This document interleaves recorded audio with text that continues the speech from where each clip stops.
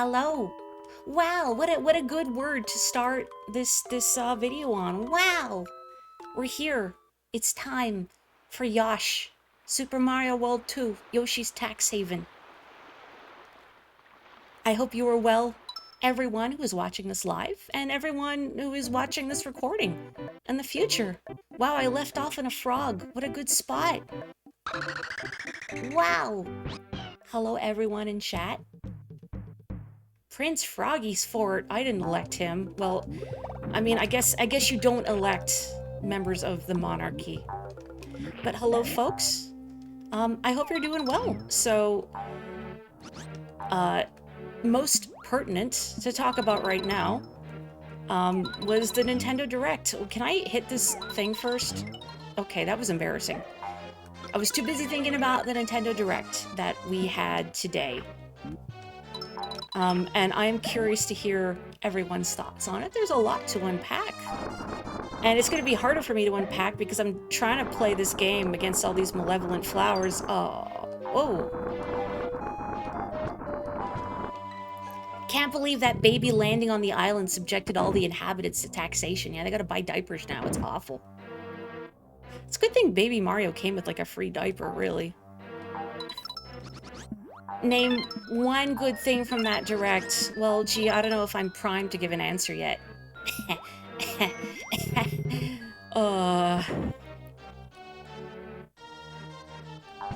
The scanning confirmed, I know. That made me happy to see, like, oh good, I want to read passive-aggressive space pirate post-it notes. Wow. So everybody say thank you to Mori, because obviously me finally streaming Metroid Prime is what manifested Metroid Prime 4 into reality.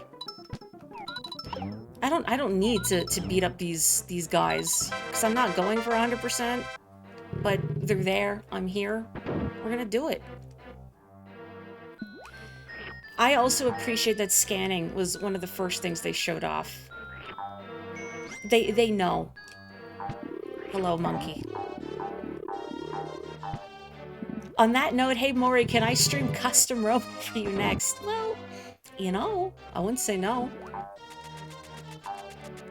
I do need to think about what play next. Fish, I'm busy. Oh, can't get past. Oh, please. No, it's fine. Everything's fine. But yeah, a lot of cool things in that Direct. I watched it unspoiled after work today, and I came home and my feed on the bird site was filled with people complaining, as is typical for a Nintendo Direct.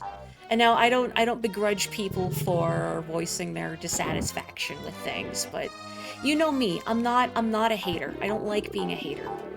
And I respect people that want to be haters, but I like seeing people express joy even more. Well, a lot of what the complaining on my feed was actually the fact that, so both of the Ace Attorney Investigations games are finally getting localized. If you're not an Ace Attorney fan, you might not know this, but only the first Ace Attorney Investigations game was ever officially localized into English. The second one got a fan translation, which I never got around to playing. I kept meaning to, but I never did. Plus, emulating DS games is kind of a hassle. But people were complaining because the official translation is not using the fan translation names. Now, I can get thinking, I don't like this new name, it doesn't sound as good, but, like, legally, I don't think they can use the fan translation names. Ah, geez, reading chat, had a bomb dropped on my head, you know how it is. Stop that. I also saw someone who was upset, and I don't mean, this is not me, like, calling anyone out, this is just, like, some random thing on my feed. Somebody was disappointed for, the sequel to Wand of Gamelon, of course. Finally, we have Wand of Gamelon too, but they were disappointed that Zelda does not play like Link, that she is not using a sword and hitting guys directly. And on one hand, I get that as well. But on the other hand, I think it's beneficial that Zelda plays in a way that is unique to her. And Zelda doesn't use swords, historically. She uses magic to blast people's faces off. That's right, they changed the characters' names. It's all Spiridovich now. Everyone's name's Spiridovich. Yeah, me too. I'm happy that she has her own unique play style. And again, if you are someone who voiced their concerns, well, yeah, during the direct, there were things you didn't like or were disappointed in. This is not me like calling you out or saying, oh, you better be grateful. Because no, I mean you're allowed to be a hater. You're allowed to dislike things. You know, like I don't work for Nintendo. It ain't no skin off my back. I just like people celebrating the things they like even more. They should have called it The Legend of Link, yes. Yeah, I'm glad that because it's called Legend of Zelda, it's a mainline game. I don't remember it now. Did they release Wand of Gamelon under the name The Legend of Zelda? I must admit I do not have a in-depth working knowledge of the CDI games. All I really know, like most people, are the cutscenes. And even then, I only really know the most important cutscene, which is, of course, the "Oh, you killed me!" Good! I mean, sorry. Good! That one. Hello, slime blobs. It was just Zelda Wand of Gamelon. Okay, so there we go. It is for real now a proper mainline Zelda game. Guys, I picked Zelda in Smash. Why does she play differently than Link?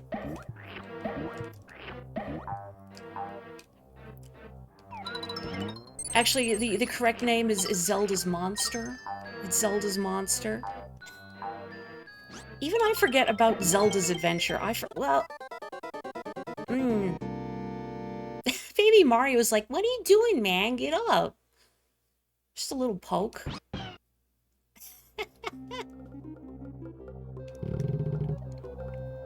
That's okay. That gives me more time to talk about Zelda. Excuse me. Come on. Come on. There you go. Almost being finished with your reread of Frankenstein. That joke is especially relevant to you now. You're welcome. But other things in the Direct. I was excited to see another Mario and Luigi game. A little part of me kind of expected it because we got the Mario RPG remake. We got the Thousand Year Door remake. And then briefly I thought, they're not like remaking Superstar Saga, right? But no, it's a whole new Mario and Luigi game. And I would think they should remake Superstar Saga. We did that already. But that one, the art style was immediately recognizable, so that was exciting. There's no YouTube poops of the Zelda's Adventure cutscenes. Well, then, like, what's the point then, right?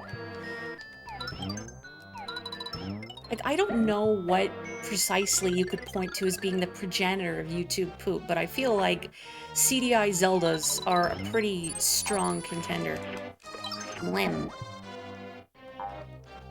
I gotta read Frankenstein. There's so many classic books I need to read. I mean, I am between books right now. I'm waiting on a hold from the library. I finally read Weird Sisters, the Discworld book, and I have the second one in that particular series, Witches Abroad, on hold. But I still gotta wait a bit for it. Hi, Frog. You're not in a car. I don't care about you. Even his face is like, that's fair. No. Baby Mario's in the frog car now. Stop that. Yeah, that's right. Oh, I don't even have all the coins anyway, so it's moot. Doesn't matter if I have full stars or not. Oh yeah, Hotel Mario. How could I forget about that? We owe the CDI so much, unfortunately. Great job, Yoshi! Now you will be Froggy's lunch! Hee hee hee. Why are there commas between your he's? That's weird. Uh-oh.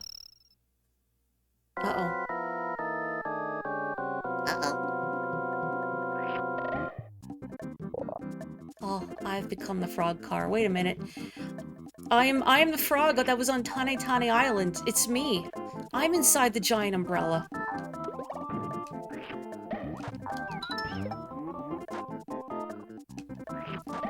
You know, I don't recall this ever being like... If any of you ever had your parents walk in while you're playing a game, and they always seem to walk in when it's like in the middle of some really weird part, and they're like, what are you playing? I feel like this would be a good contender for making like your mom go, what are you doing? Look at Yoshi's eyes while he's holding this egg. He's having a time. You got some heartburn there, bud. You want some like Tums and Pepto-Bismol? Blam.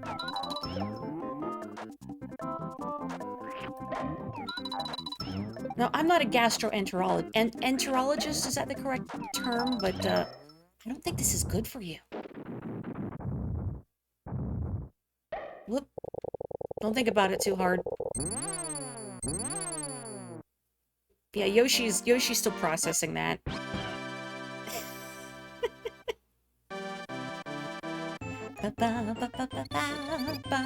Baba Yoshi seen some things. Baby Mario won't remember anything. That's it. I got no song. He's too young to form memories of this, probably.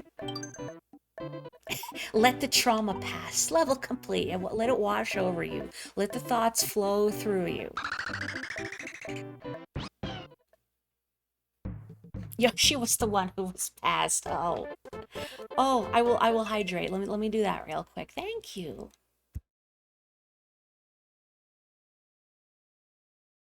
Ah, merci. It's already getting hot again. Although, I was walking home from work today and I got hailed on. Of all things. It's June. Not really surprised. There they were, little chips of ice. Falling on my coat sleeves. Stop that. Oh, I wanted the melon, not the monkey. That's terrible. Stop. Stop. Actually, wait, no. I want...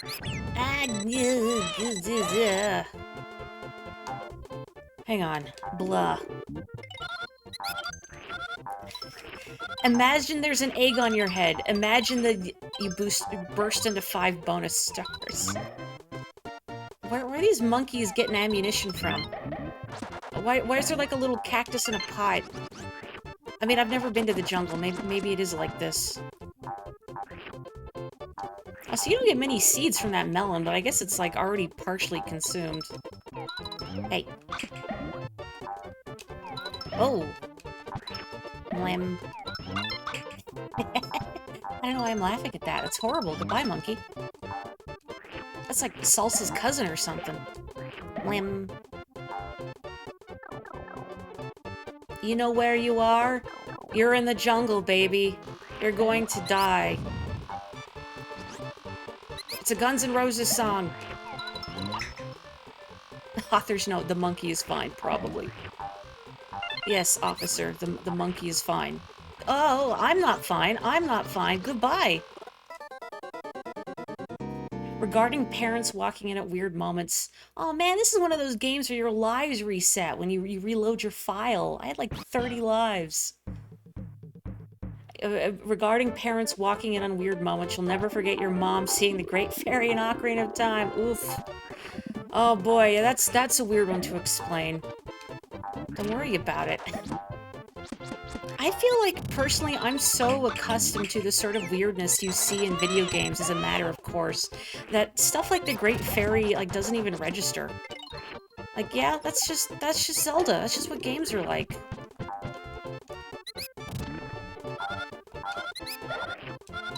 Give me the stars.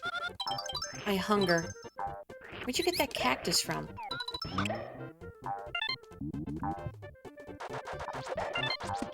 Anyway, gosh, I was gonna try and think of more stuff about the Direct, and here I am distracted by all these monkeys and this cloud I can't seem to hit. Gosh, like, I'm blanking now on everything I saw. There were several cool things. That, one of the games they showed off, Mio, I think it was called. I thought it had an intriguing look to it. I like that art style. Made me think a little bit of Hollow Knight and that you're just a little creature in a hostile world. I'll have to keep my eye on that one and see how it is. Ah, that was the other thing I was thinking of. Donkey Kong Country Returns HD. Now that one I gotta play, because I've never gotten to play the Returns games. You know what? I realized earlier, so clearly I manifested Metroid Prime 4 by streaming Metroid Prime. Not that he's here right now, but my pal Nicolas maybe somehow summons both the new Mario and Luigi game and Donkey Kong Country Returns HD because he's been playing Superstar Saga and Donkey Kong Country. So I think clearly the trick is that you have to get a streamer you like to play a game in a long dormant series that you have loved, and that will somehow manifest it into being. So yeah, you know what, maybe I will really, come on, I want it. There, that wasn't even really worth it, but I got it. There was a demo of a Monty Python computer game included with an edutainment game. You got in trouble from your mom because there were naked ladies, like in between segments. It's Monty Python though, like in Terry Gilliam's like cutout style. Well, I was ducking. Come on. Shush, shush. I have not looked at Discord. I have like been avoiding basically all media because of the direct. I want to. Oh wait, can I get it with the? Oh, that was almost really bad. I can get it with the seeds. All right. Everything is fine. We good?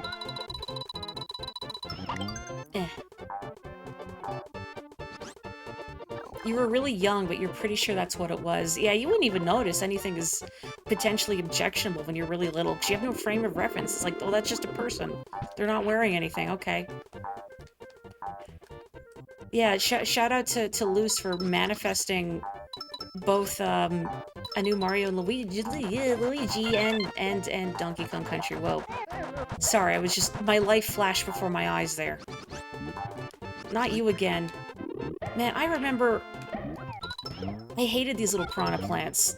Like, they were a menace to me when I was little. I don't know why. Maybe because I needed 3 hits, and I was good at getting hit by their weird spiky balls that they shoot. Oh, I'm scared. I'm scared. I don't like relying on the flutter jump. I have trust issues now that I've fallen to my death twice. From what you recall, the first Donkey Kong Country Returns was a bit dull, but Tropical Freeze was A++++++. High praise. I mean, I have heard a lot of good things about Tropical Freeze in particular. And I'd still like to play Donkey Kong Country Returns, because I mean, I like the Donkey Kong series. It's no secret how much I love Donkey Kong Country 2. There's definitely, like, stuff beneath me, and I'm just not gonna get it. And we're just gonna have to live with that. I bet there's a red coin beneath that monkey. Should shoot the monkey. There's no red coin at all. Oh, there's this, I guess. Okay, well that's all the flowers. That's good. Maybe I can get a bonus game and fail miserably at that. That'll be fun.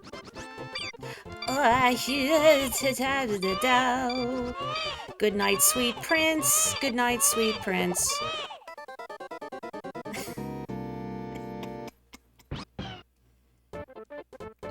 Alright, do-over. None of that counted. Why are there instant death spikes in the jungle? You don't need the spikes. Look, you just pick one. You get the pit, or you get the spikes. You can't have both, okay? Give me that. I need that. I don't need the red coins, but I do want all the flowers.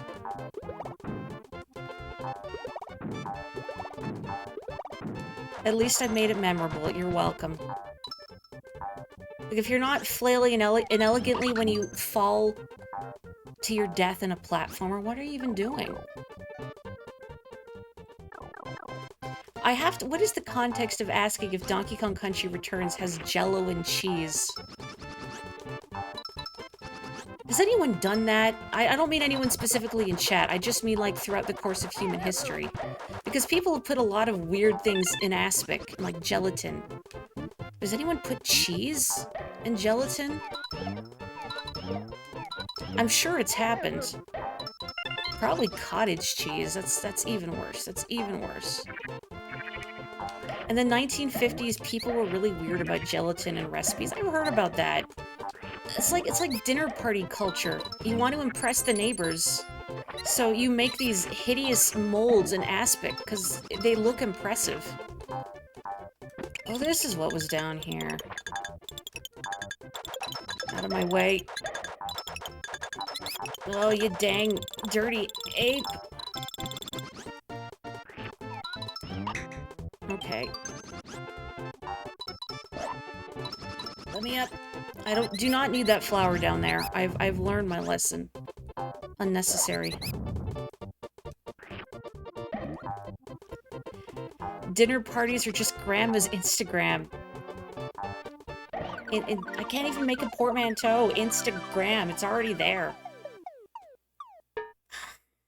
Meh. Oh well, we're free. We're free of the heavily armed jungle for now. It's just Metal Gear Solid 3 in there, really.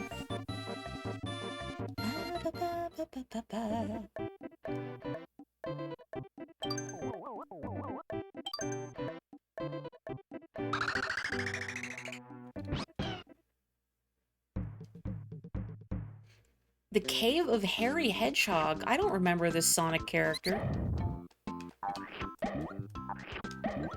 Now, granted, I haven't read the comics in a very long time. I feel like there should be something on this tree. Like a hidden cloud? No? It seems so conspicuous, though. Oh, posture check. Thank you. Hang on. Let me straighten up. Well, Harry the Hedgehog, my original character, do not steal. I don't think anyone would steal a Sonic OC named Harry. Just because it's such a mundane name. And I don't mean this as a dig against anyone named Harry or anyone who has an OC named Harry. But I mean, Sonic OCs tend to have cool names. And Harry doesn't really fit the bill. That's like an accountant. I mean, even if you're an anthropomorphic hedgehog, oh hi, you probably still need an accountant to get your taxes in order. Whoop. So I'm sure there's a Harry Hedgehog out there, but nobody plays games about Harry the Hedgehog. It is a nice shade of Yoshi, though, isn't it? It's like chocolate pudding. Oh yeah, Yoshi doesn't get his taxes in order. That's why we're fighting the war against Harry the Hedgehog, the accountant. That's his full title, by the way. Harry the Hedgehog, the accountant.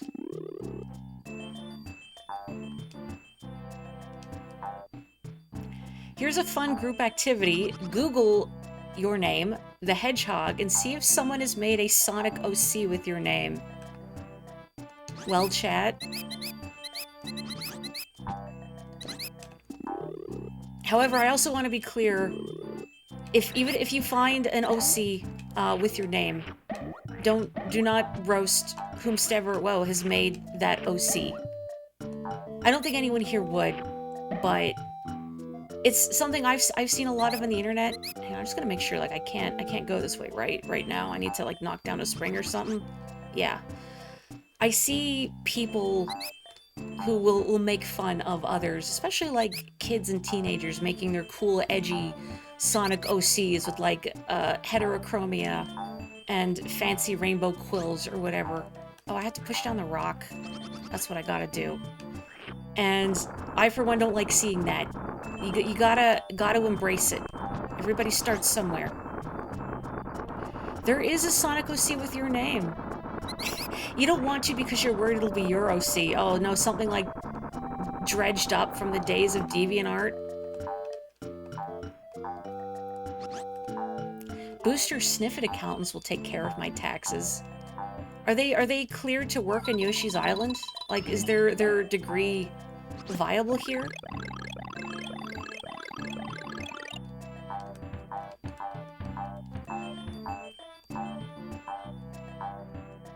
Oh, a mole. There are red coins along the edges here before I mole it up? Yes. Before I do the mole thing. Hi, Kelly! Is there a Plaid the Hedgehog? Oh, is that all that's down here is the spring? Okay, yeah, I guess I do have to mole mania it up. Up.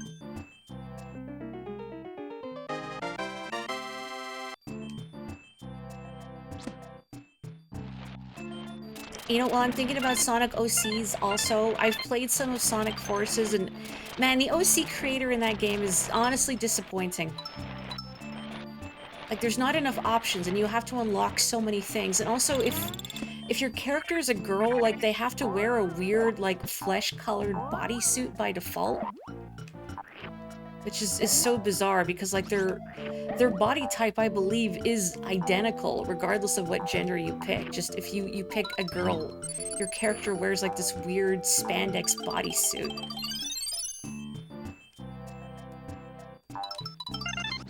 Uh-oh.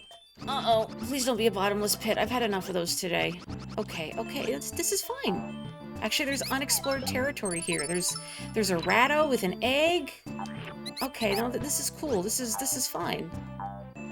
Maybe there's even secrets down here. Oh yeah, look, there's a locked door, and I have a key. Hang on, I'm gonna bounce.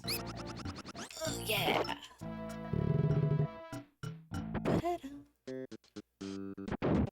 Oh, is this... Oh, this is forward. I thought this was gonna be like a secret minigame, but I guess it's the way I was supposed to go.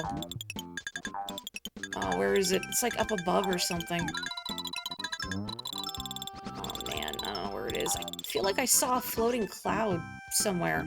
Like just at the edge of the screen. Maybe I'm crazy.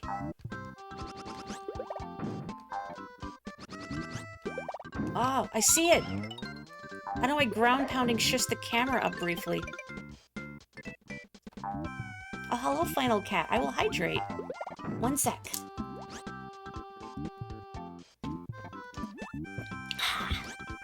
Messing around with character creators is often the best part of a lot of games. Gosh, what was the one I was messing around with? It was Dragon's Dogma 2. A while ago, they released, like, the character creator that you could mess around with. And that one was disappointing. There's so many sliders, and yet, I can never make the characters I want to make. Disappointing. Ugh, hang on. Nah. Posture checking. Thank you! Trying to be good about not shrimping when it's hard. Unlike what popular culture would have us believe, shrimping is easy. Okay. So, last time I was looking at the top right and thinking, oh, that's how much I'm betting. Like, no, those are my lives, so I need to go big. And I'm gonna get a fat 0 this time. But at least I remembered. Well, shrug. At least it wasn't multiplied by that. Code Vein's character creator. You know, that one's weird because, like, the basis of Code Vein's character creator is surprisingly very minimal. Like, there's very little you can do with regards to facial structure or body type. Like, I wanted to make a stockier, strong character. But, if you're playing as a girl, your only options are really adjusting, like, your height and your character's bust size. Like, can I not? However, although your actual character, like, body type and also your base outfits for some reason are really limited, the amount of stuff you can stick on your character, the accessorizing, is absurd. If you want to see the example, or a good example of it, if you are familiar with Griffin and Justin McElroy's Monster Factory videos, the one they did for Code Vein beautifully illustrates the amount of stuff you can slap onto your character in Code Vein. Initially, it looks like they're going to be disappointed because there's so little you can mess with in terms of sliders. But then the accessories. So what is this? Oh, hang on. Eventually. Okay. Here we go. Oh, a submarine. It's such a good joke, Kapotoko, and it doesn't really work verbally, but I appreciate it.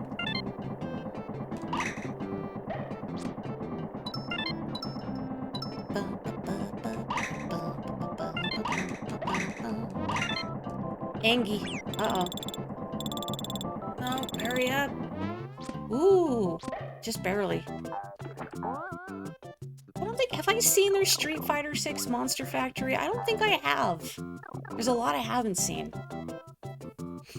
It's funny, I was thinking about the Monster Factory episode for Wii Sports Resort. Gosh darn it. That's just embarrassing. Hang on.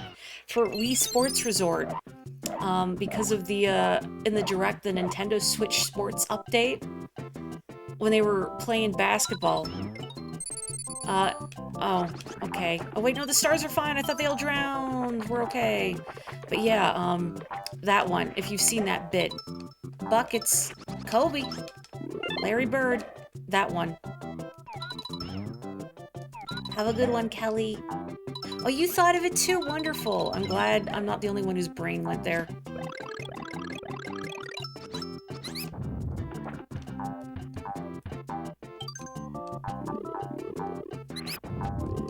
Reminds you of later Soul Calibur games' character creators. Not too much in terms of sliders and clothing, but you can do so much with the free-floating object placement.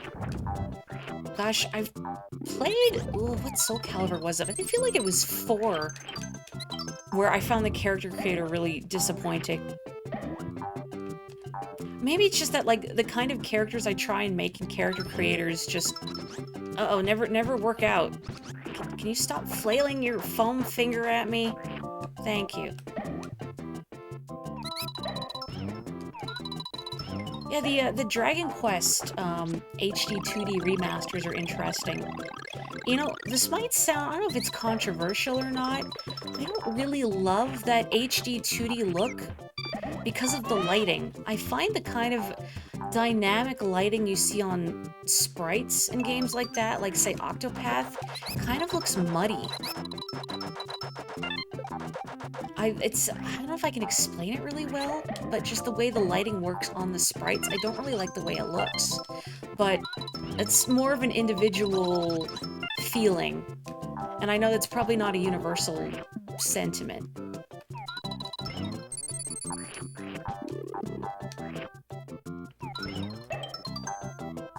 But I am glad that they're giving older games that kind of treatment.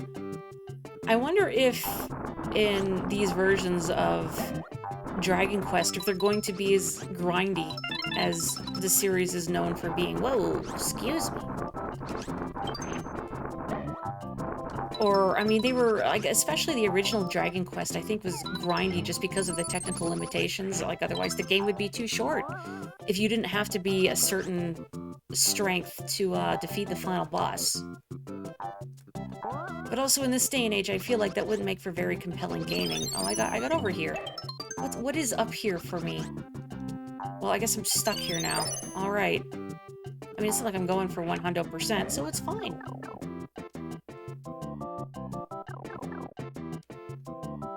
The Direct also reminded me that I've never played a Saga game, but I've heard a lot of good things about them. Oh, hello, lunchfish. Oh, geez. Terrifying. Hate this thing. Hate this thing. Yeah, heck you too, buddy, says the fish. Well, he got a good meal out of it. I guess someone's happy. Look, I'm getting all of your childhood traumas out of the way early. What is that creature? Look at it. It's like Kirby making a duck face for a selfie. Oh, okay. As soon as I make fun of something, I injure myself on it. I see how this works.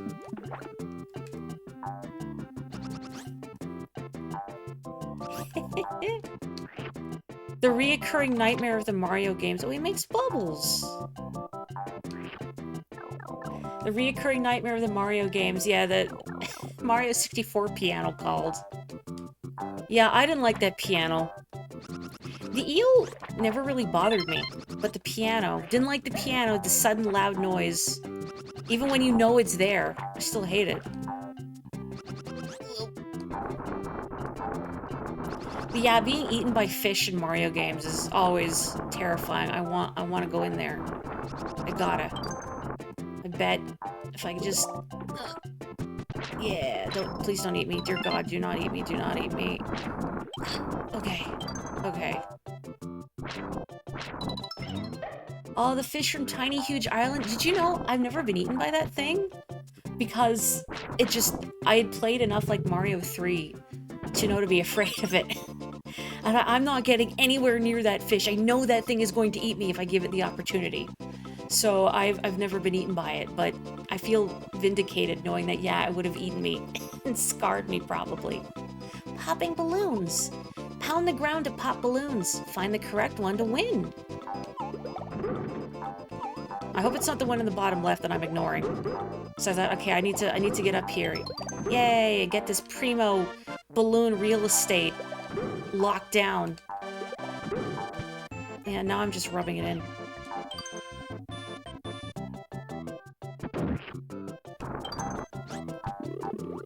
Alright, cool.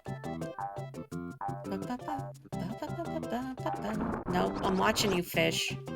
Look at its eyes. Look at it. I see you, Yoshi. You look delicious. You look like a ripe cherry. I'm coming for you. Oh, dear God. Dear God, I didn't mean to fall in the water. Dear God.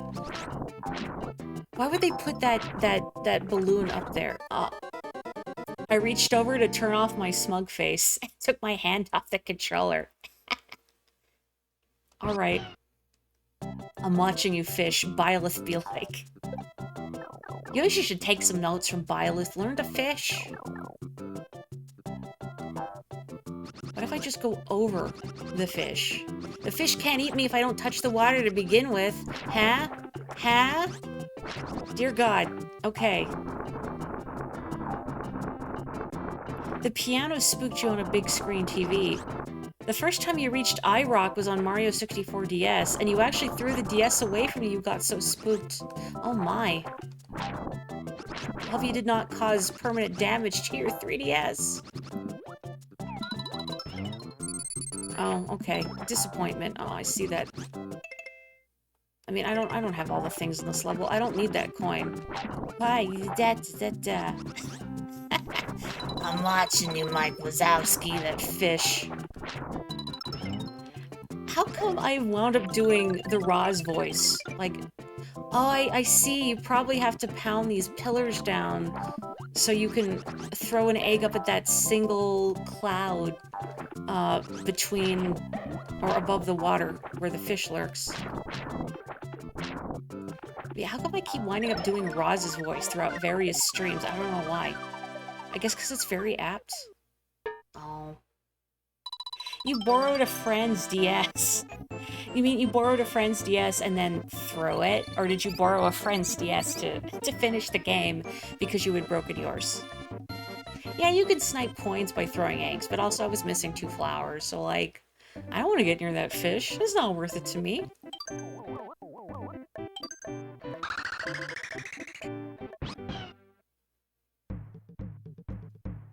Naval Piranha's Castle. Okay, I'm asking the chat now, informal poll, the cheap kill or not? Even if you don't know what the cheap kill is, you're still allowed to vote for or against it.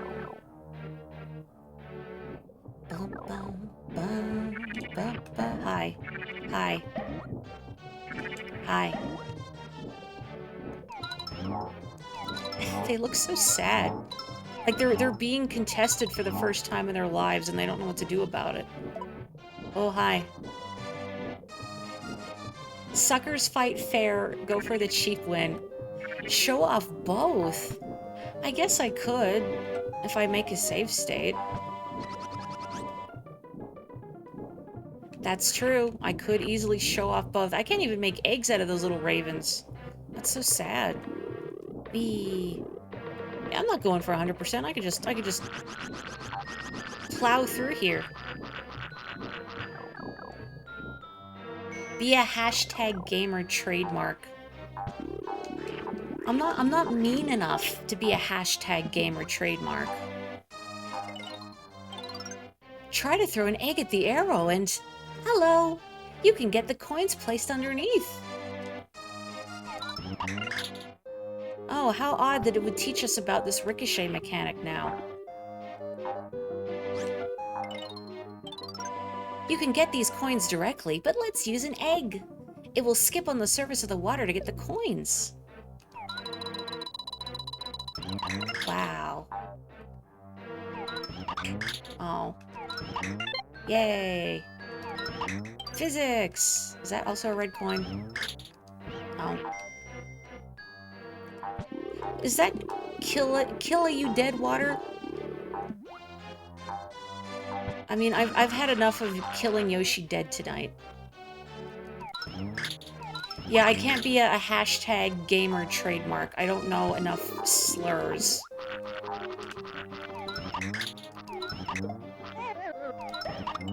Oh. Roses are red, violets are blue. Never forget what I say to you. Timing is all, and aim true. Measure the angle, and win. Do. Your meter sucks. Honestly, this poetry is a travesty.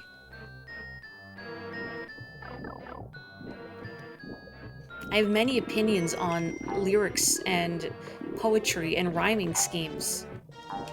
And it rankles me when people can't stick to the meter, especially in song parodies. Yeah, that was a very poem. Oh, hang on, I must sup on your orb.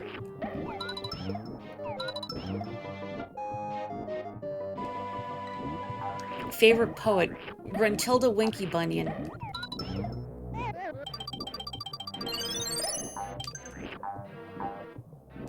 I don't have a real answer. A popular choice. Wait, are you saying I'm basic? I actually don't read a lot of poetry in the sense that I don't... You know, like sometimes, say on Tumblr, I'll see poetry. And it's interesting to read there, but it's not something I tend to deliberately seek out. I remember trying poetry in school. Like, I remember a teacher of mine had a poetry club, so I thought, well, I'll try that. That seems like an interesting intellectual pursuit. Maybe I'll like it. It wasn't really for me, but I'm glad I made the attempt. I must sup on your boys.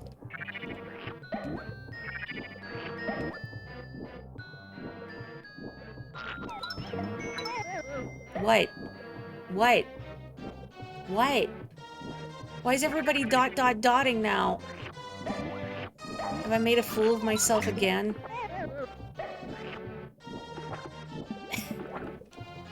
Yoshi devours a family of 5 in a horrid display. More at 11. What else is new? Look, all Yoshi knows how to do is consume.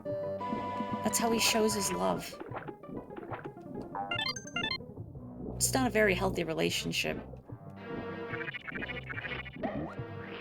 Bleh. Oh wait, hang on. I thought I ate one. I didn't. Bleh.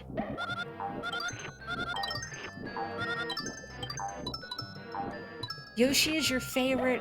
Oh gosh, I've heard that word pronounced out loud only once. And I don't know enough about Korean, the syllabary phonics to say how you pronounce it. I feel like it's mukbang or something like that.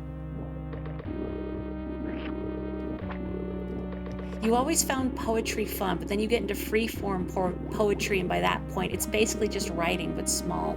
I think it depends on the individual poem. Also, hang on. I'm gonna do a thing here. I'm going to do this. Alright, you didn't see that below. Okay.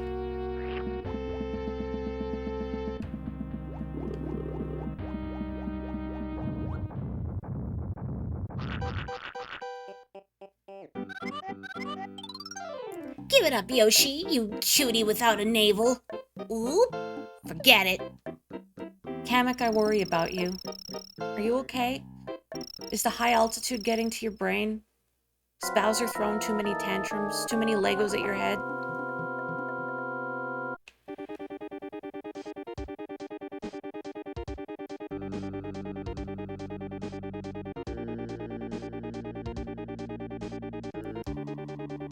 Chomp, chomp, chomp, chomp. I don't know why Navel gets a different battle theme, but it's a cool battle theme, so I'll allow it. Whee!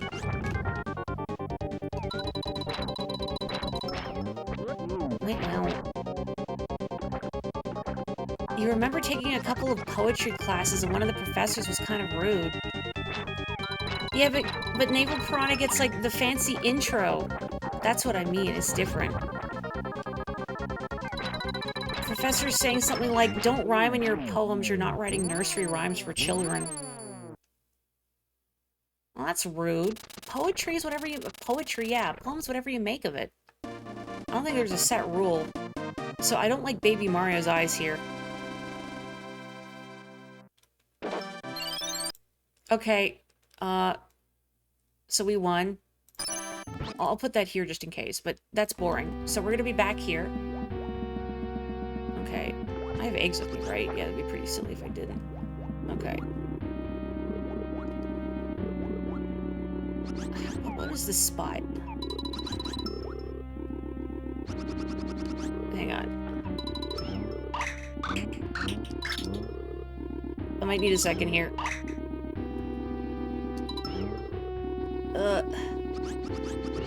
I'm out of egg. Hang on a second.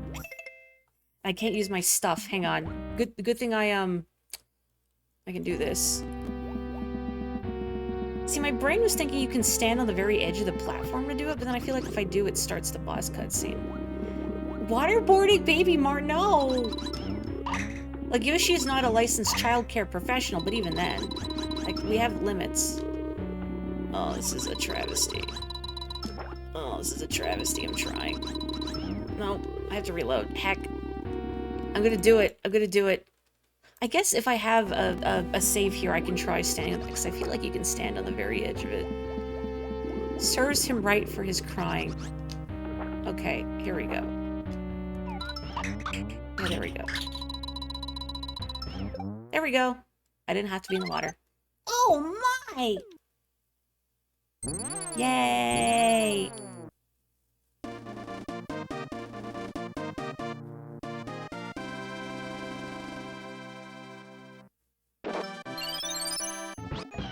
Work smarter, not harder.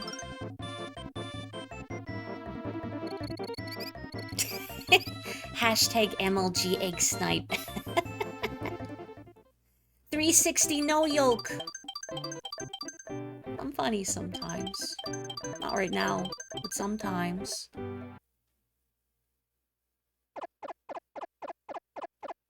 Hehe.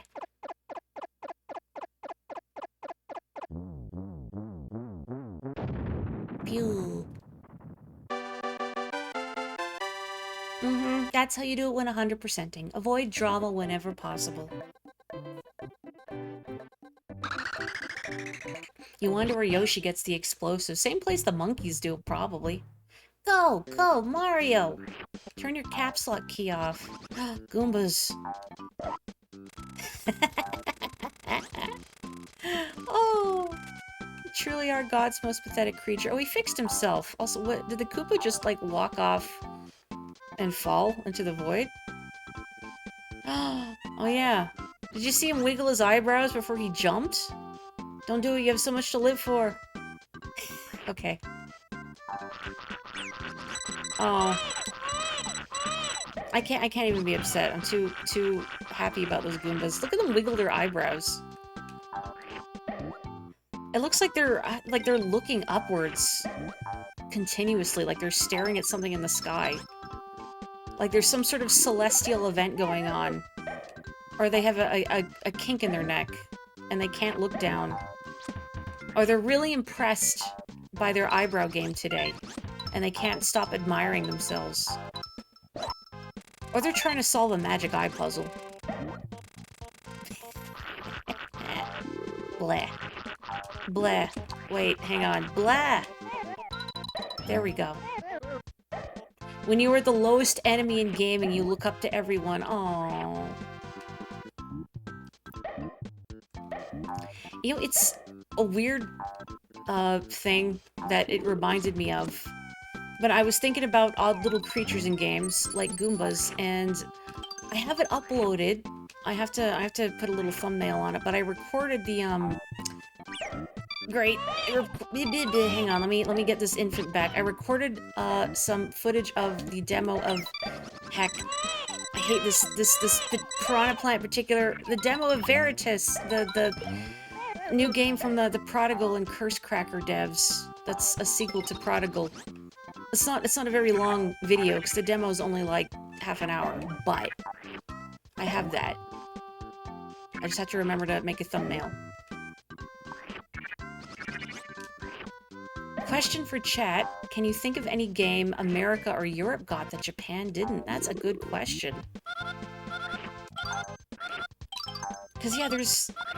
I mentioned it to Andorra earlier. I wonder if there's an equivalent for what Mother 3 is to English-speaking gamers. Really, I can't jump on that?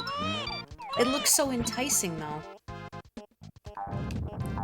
Like, is there some fabled text-heavy English RPG or something similar that gamers in Japan, or it doesn't have to be Japan, elsewhere, that don't speak English really want to play?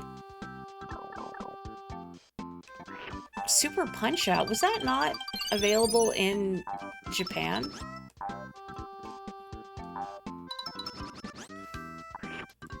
I didn't know Secret of Evermore was just an English, like a Western thing. Oh yeah, I didn't touch these things during the infamous level, so hang on, right now. Oh baby. I mean, I have to. I have to touch Fuzzy, because if people haven't seen Yoshi's Island, they have to see this. Dear God. Ugh. I remember I would deliberately try and hit as many as possible when I was little, and then that happens. Oh boy. Did you hear that Shy Guy laughing at my predicament? Pack your bags, going on a trip. Yoshi found passed out face first in like a Greyhound bus depot.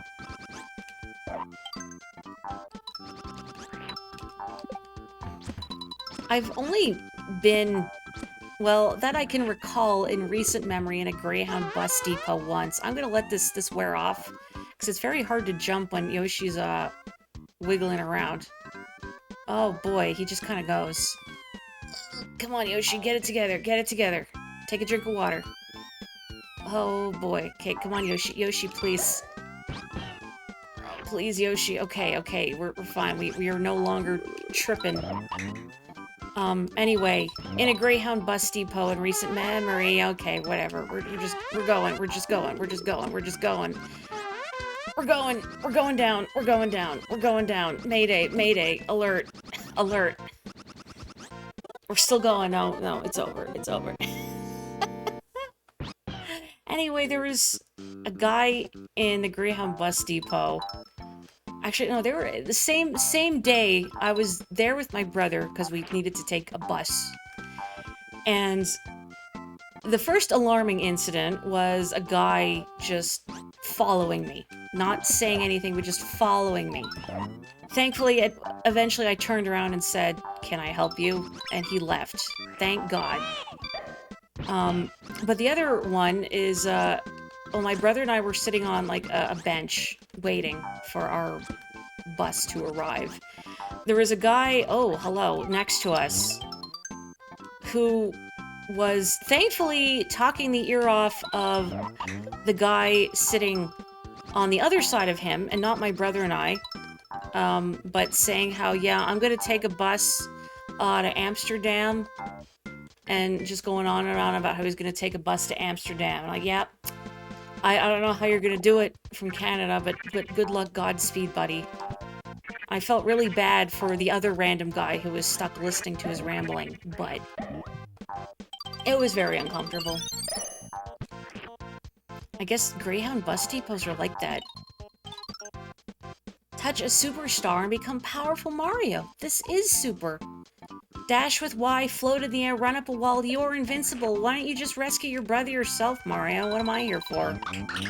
I'm just here to fall in pits. Okay, I keep trying to ricochet the egg, but maybe I should just throw it directly up. There we go. The transatlantic bus tunnel.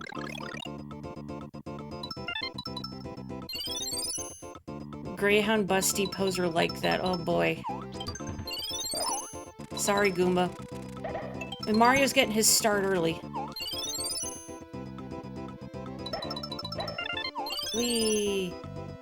Wigglers! Actually, they're flutters, technically. But it's still Wiggler Wednesday! That one's really angry because it's Tuesday. Look, Wiggler Wednesday is a state of mind. Stop. There he goes. Where you going, bud? Hell. Oh, he can't use stars without adult supervision. You're right, you're right. He might, like, put it in his mouth or something. Stick the star in an electrical socket. Well, first, hook up electricity to Yoshi's Island, and then stick a star in an electrical socket. Scratch and match. Oh boy. This worked out great last time. Actually, did I get this one last time? I don't think I did. No, I did get the scratchy one. That's right. And then I lamented every time I have to buy a monthly transit pass. There's always somebody getting a half-dozen lottery tickets. So angry he turned into a coin. He monetized his rage. That Flutter is making react videos on YouTube.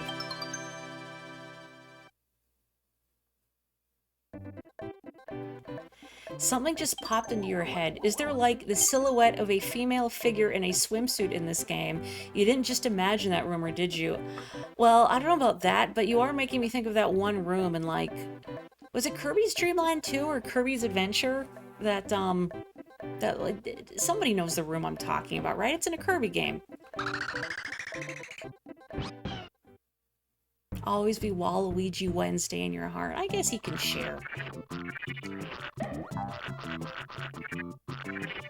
But Wiggler's been around longer than Waluigi. I think Wiggler gets top billing for Wednesday. It is Dreamland 2. Okay, thank you. Can you stop? That piranha plant was trying to sell me something. Okay, I'm free.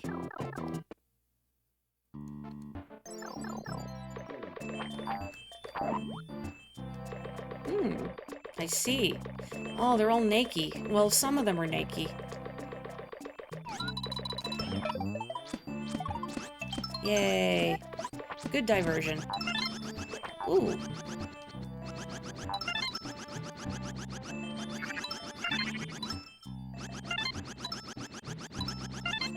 If I had to eat one Mario creature, what would it be? Here's the Delicious in Dungeon Mario crossover that I didn't know I needed, but I do need. Oh, gosh darn it. Give me that. Give me that whole child that I'm babysitting. What Mario creature would be the most edible? Can you get down there? That's a tough question. I mean, Goombas are based off of chestnuts, but then, would that mean I'm allergic to Goombas? Well, this looks destructible. Do toads taste like mushrooms? Okay, yeah, I'm also thinking now, not just, like, health and safety-wise, what Mario creature is the most edible, but ethically. Could you ethically eat a toad? I think it's kind of like eating octopus. Like, it feels unethical because of how intelligent they are. Well, octopuses, I don't know about toads. That's up for debate. But I feel like that's still an ethical gray area. Oh, okay, I guess there's a POW block up there. Goombas would be like popcorn. Does anyone know that one episode of Futurama with the poplars? Because that's what I'm thinking. Maybe that's what like Goombas are like. You just pop them in your mouths and they're fiendishly addictive. Maybe micro Goombas at least. Those would be like popcorn. If Yoshi begins to fall after hovering, press B again to hover some more. Use this technique in the magnifying glass to get all 5 red coins here. Do I have a magnifying glass? I do. I mean, I'm not going to remember to use it elsewhere, so let's just use it.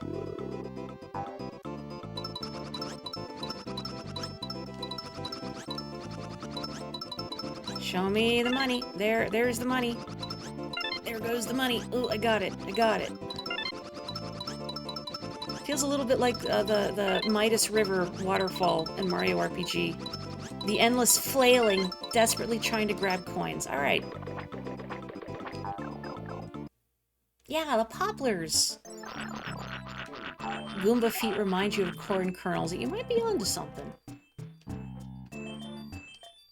Let's see. Cool. I'm a real flutter fighter, thank you. My tenacity, my stubbornness at work. Has the time come to try microwaving a Goomba? Oh, don't do that. They'll explode in the microwave. I guarantee you, Goombas will explode in the microwave. Okay, what's a Mario enemy that seems like it's on the lower end of intelligence? So it's not a fully sapient creature here. Maury, that wasn't really necessary. No, I could have died, but I did it. Toads. Yeah, Wario. Well, you would get a lot of meat out of a Wario. Don't tell Waluigi. A cheap. No, there's a rational, a normal answer. One that I feel won't get you put on a list. Yeah, cheap. I don't think there's a lot going on in them, but they also kind of look like they would be a lot of, like, skin and bones. Oh, a Pokey, actually. They don't look like they have much going on in their heads. And you can eat cactus. But you could, like, grill up some Pokey real good. Throwing balloons. Oh, this one again. Can you peel a Pokey? I don't know if the thought of peeling a cactus is very appealing. Hello, Sparrow. Welcome. I've missed several greetings today. But hello. Even if you don't get a personalized greeting, please know that I see you. Hello. Good evening. Guten Abend. Or I guess if it's Japan, maybe it's more like Ohayo gozaimasu. I think it's more morning there. Mips the rabbit? You're gonna eat Mips the rabbit? Well, I mean, yeah, you can eat rabbit. Hey, sure, eat Mips the rabbit. You just have to catch him first.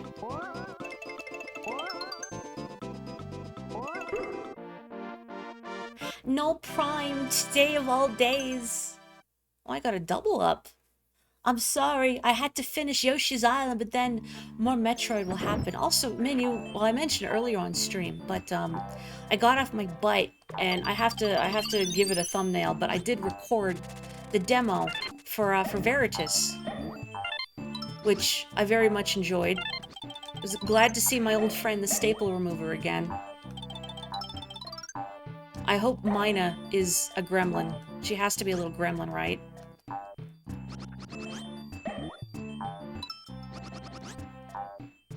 Because if you have a character that is a young girl and she's not a weird gremlin, like, what's even the point? What are you doing? Speaking from personal experience, little girls are weird gremlins. I know, because I am one. I want that. I mean, I don't need it. I most emphatically don't need it. And, in fact, I am too much of a coward to try flutter jumping over that. I see why I didn't 100% this game, for many reasons, when I was little, but I'm too much of a coward to deal with that. Sure, I'll take this. Wow. Congratulations, it's a gremlin. Oh, I am only missing a couple of flowers, though. Yay. Nope. Nope. Nope. I have seen the new Nintendo Direct, yes! If you have thoughts, if anyone here who has joined a little later has thoughts on the Nintendo Direct, stuff that you were excited for, or stuff that you were surprised by, or stuff that you wanted to see but didn't get, let me know. I like having these kinds of discussions with chat. I am excited for Echoes of Wisdom. It's about time! But we got Wand of Gamelon too. Yeah, I'm really excited not just to play Zelda, but it's another top-down Zelda game using the Link's Awakening engine. I love the top-down Zeldas. Those are my big favorites. You know, I like and enjoy and respect Ocarina of Time, Wind Waker, Twilight Princess, etc., but my heart belongs to the top-down Zeldas, please understand. When you jump off one of these platforms, the number shown is reduced by 1. If the number reaches 0, the platform vanishes. Hope you know math. Give me that. Oh, I remember these little balloons. I feel like there should be a secret in here. Probably shouldn't, like, just aggressively run across to make them all... Yeah, but I want to know if there's a secret there. The day we get a new Punch-Out or F-Zero, you will capture and eat a Bob-omb. Oh yeah, that's the other discussion going on if you join stream a little later. What Mario enemy would you eat? What Mario enemy is the most edible? I mean, I guess it doesn't have to be an enemy, because Toads were... Toads came up several times.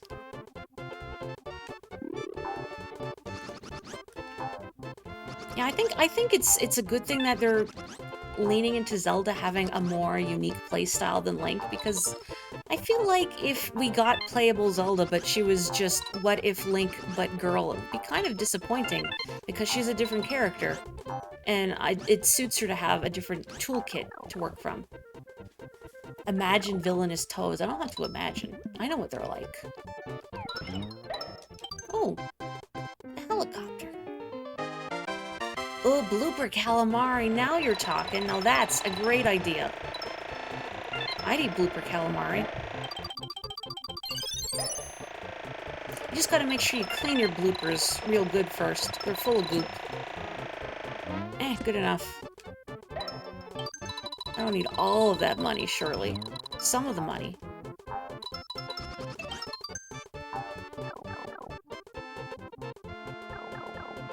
Blooper ink pasta. I've never had squid ink pasta. I'd like to try it, though. I've heard it tastes very briny. Can I eat this joyful ball of fire? I can't. Give me those. Has anyone here tried squid ink pasta? I'm intrigued. Oh. I was supposed to hit the shell up there and then make a beautiful chain reaction. I missed. I missed. You're all dead. Well, no, you're not all dead to me. That's the problem. You have, but a long time ago, and you don't really remember it tasting much different from regular pasta. Oh, that's a shame. So maybe it's one of those things you pay extra for just for the experience. Oh, boy. Hey, what the... Excuse me. I mean, you can keep them, honestly. Like, why is Yoshi working so hard to get this child back? Please. Oh, boy. Uh-oh. Shush, shush. No, it's mine. It's mine. These fellas are the worst. With their smug cactus balls. Yeah, geographically, I'm not really in a place to get squid ink pasta either. A lot of gophers outside. Can't have gopher ink pasta. I wouldn't want gopher ink pasta.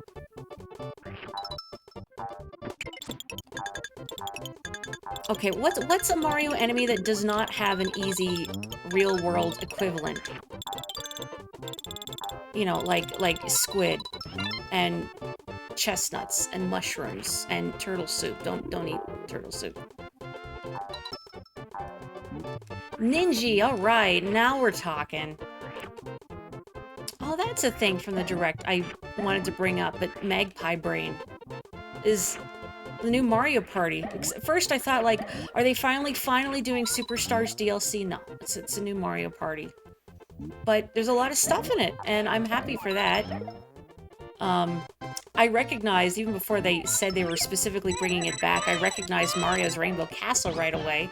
Which, I don't know what that says about me. Maybe I've played too much Mario Party, but immediately I'm like, oh, Mario's Rainbow Castle. And Westernland, fantastic, great. Is it gonna have online multiplayer, Nintendo? That's what I was muttering to myself watching that trailer. It's gonna have online multiplayer, right? Right? And not just the Koopathlon or whatever they're calling it, the 20-player thing. I want to play with my friends, specifically, directly. Which sicko would eat a Shy Guy or sniff it? Well, it depends how they're prepared. And do you eat the mask? Is the mask edible? Okay, that is maximum balloon. I can't imagine they not include it for regular gameplay. That's what I'm hoping. Like, I feel like they would have learned by now that if it is feasible to have online multiplayer, especially in a game like that, please, dear God. But I mean, Super Mario Party initially didn't have online multiplayer, which is still really weird. Blim. I, too, cannot wait to have online hootenannies. Looking forward to that one. Wow! Wow! Would Lumas taste like McDonald's Sprite? No, wait, is McDonald's Sprite, heck, somehow distinct from regular Sprite? Does it taste different when you can smell the burger grease in the air? I'm gonna drink some water, hang on.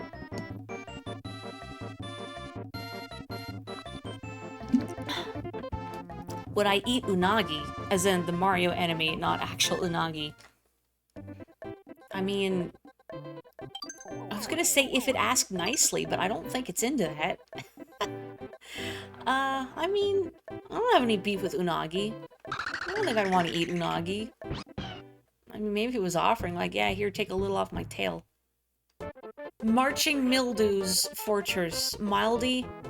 Milday? Milton. Millipede. Whatever they are, they look very smug, don't they? Oh boy. Oh boy. Goodness gracious me. Goodbye, red coin. Didn't need you anyway. Oh, don't jump on those.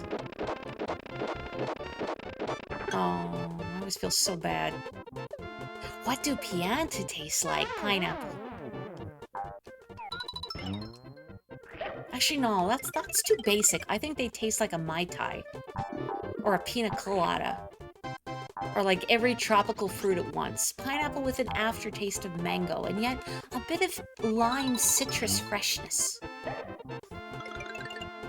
Eating a Pianta right now. Maybe that's what they do when the Pianta mob puts out a hit in someone. They get fed to the fishes, and by the fishes I mean me.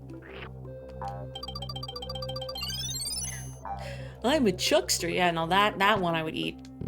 Nobody would miss a chuckster. You can't believe you're this deep in discussing, that was not a Freudian slip, discussing what Mario beings taste like, and you didn't make a single naked snake joke. Pretty tasty. Yeah, he would just put anything in his mouth.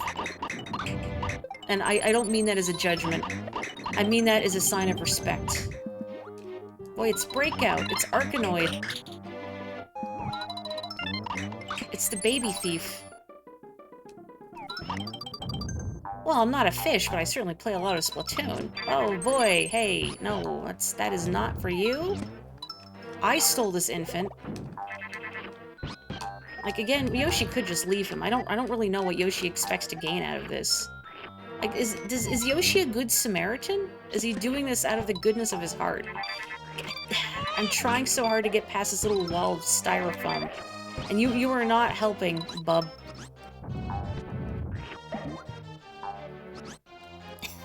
Do we have to tap the sign, by which you mean Link, don't put it in your mouth? Every so often, I have to inflict that on non-Canadians who aren't familiar with it, but I feel like the statute of limitations for the last time I brought up that PSA is not run out. I can't overdo it.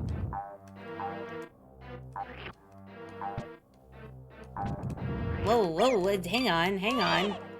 Bullet crossing.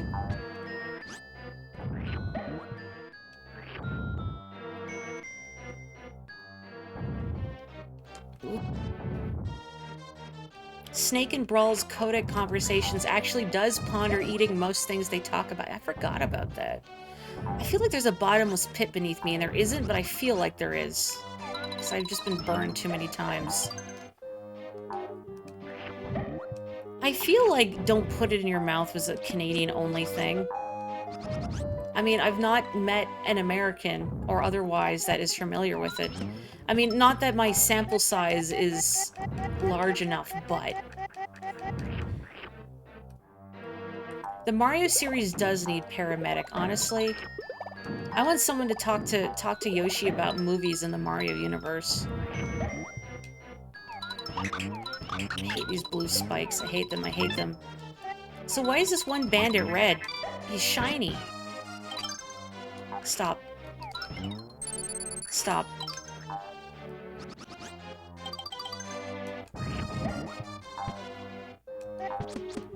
You're American. If it fits, it's going in your mouths. You know what? At least I respect the chutzpah. Okay, where... I think I just leave, don't I? I just go back. I have to go back in the entrance because I have the key. Oh, excuse me. Oh, that's right. Metroid Zero Mission is on Nintendo Switch Online. I guess I manifested that too. Wow. Maybe I do have to play Custom Robo, huh? Custom Robo, you said, and not Chibi Robo. Yeah. I have to make sure I pick the right one. More and more, I think, gee, I should splurge on the upgraded NSO expansion. I mean, I could.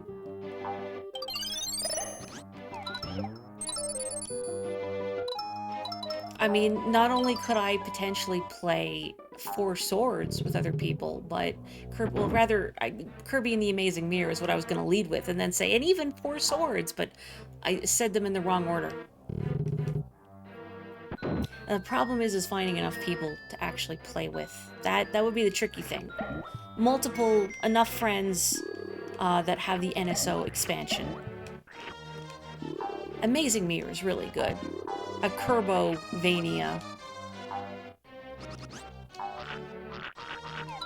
No. I don't even know what you were doing, Piranha Plant, but just no, generally. Oh, what the... Oh, it's one of you. More enemies that freaked me out when I was little. Just 'cause they won't leave you alone. Why are you always harassing me? Bleh. Oh, wait, that's too high up. Oh, wait, did ground pounding stun them? I had no idea ground pounds would stun them. Wow. I learned something new about this game. Well, that's a happy accident. Yeah, Kirby and the Amazing Mirror is on NSO. I mean, you need the Switch Online expansion pack to play it, because it's a GBA game, but it is there. And you could do online multiplayer if you have enough friends who also have the NSO expansion.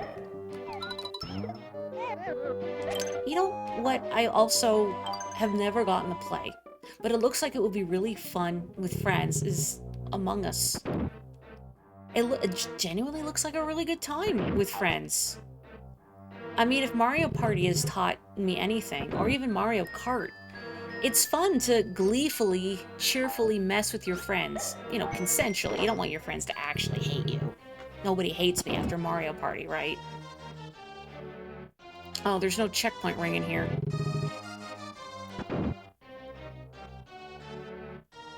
You know, when I saw that mature 17 plus collection of N64 games, I was genuinely expecting them to reveal Conker's Bad Fur Day for it. I thought, oh, they can do mature games, it's gotta be Conker's Bad Fur Day, right? But no. But then stuff like Perfect Dark was my other guess. And GoldenEye. So I think it already has GoldenEye, doesn't it? I don't have the expansion pack, I can't check. Among Us is fun, but if you play with people who take video games seriously, it can be unpleasant. That's why I wouldn't want to play with randos. Like, especially in something with voice chat? Ooh. Absolutely not. But playing a game like that with friends sounds like a riot. But also, I don't, why would you play a game like Among Us and take it too seriously? I mean, people are always going to be taking silly casual games too seriously. That's just human nature. That's a fact of life. But it just, I can't wrap my head around it because it just seems like such a, like a silly, fun game. Nope, I am too much of a coward. Also, work smarter, not harder. Dear God. Oh, Lava Elmo. Lava Elmo. I'll take that. GoldenEye is already on there. Okay, thank you. As soon as I said it, I thought, wait, isn't it already there? You know, I didn't know GoldenEye was rated T. I guess it's not a very bloody game, is it? Lava Elmo. I don't remember what that enemy's actually called, but it's Lava Elmo now. Is there another? No, there is not another checkpoint ring. I was kind of hoping there would be another one. Well, hopefully I don't fall into any instant death spikes.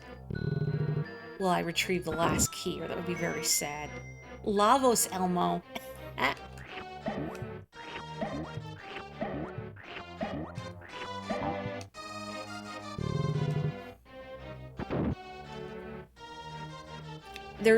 I'm resisting with every fiber of my being right now to not say, but the future refused to change in an Elmo voice.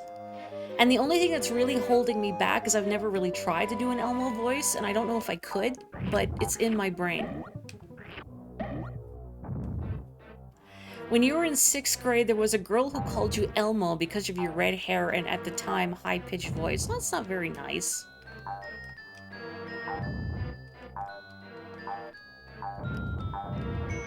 I don't know, I don't have anything against Elmo personally. I just find him kind of irritating. Not you. Not you. I hope that that kid didn't call you Elmo because they thought you were irritating, but... Never been an Elmo person. Oh, instant death spikes. Hello, darkness, my old friend. Okay, okay. She meant it affectionately. Okay, I guess it just depends how much one likes Elmo.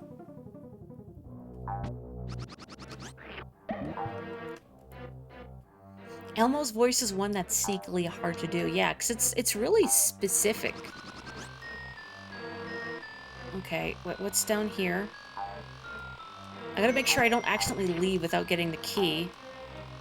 Even though that definitely sounds like something I would do. Oh, there's 2 doors.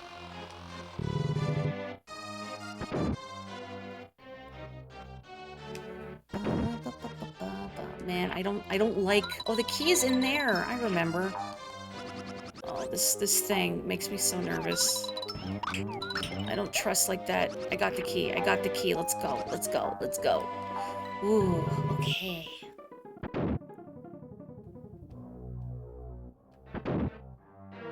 Safe.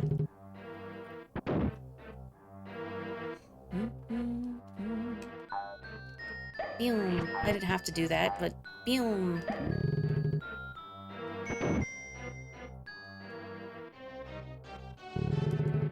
Hang on, I'm just gonna... I'm shrimping again. This is...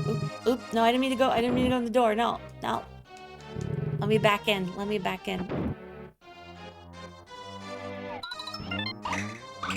Sometimes you need to look cool for your community. Well, that's emphatically not me. I've never been cool a day of my life, and you know it. I'm about as intimidating as these things, and only half as smug. Hydrate and posture check, thank you. We're all gonna hydrate and straighten up before the boss. Ah, okay. Thank you.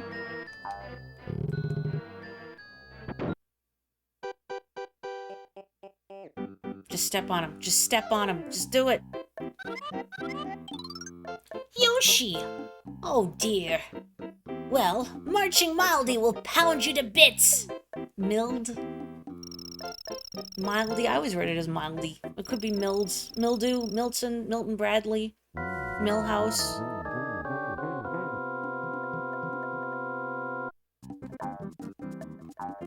I bet this thing would like to play Bone Storm. Boom!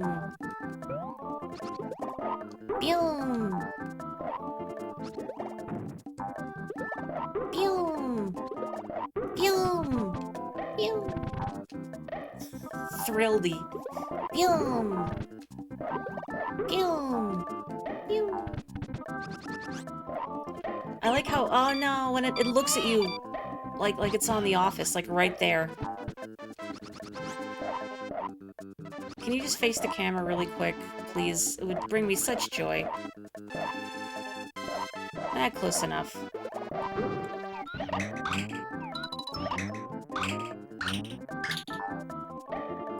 Alright, you were the last of your species, little friend. There are two of them! Okay.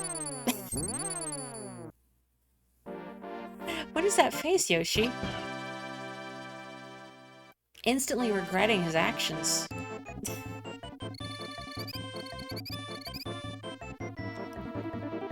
You know, Yoshi's sprites do convey a lot of emotion despite not talking.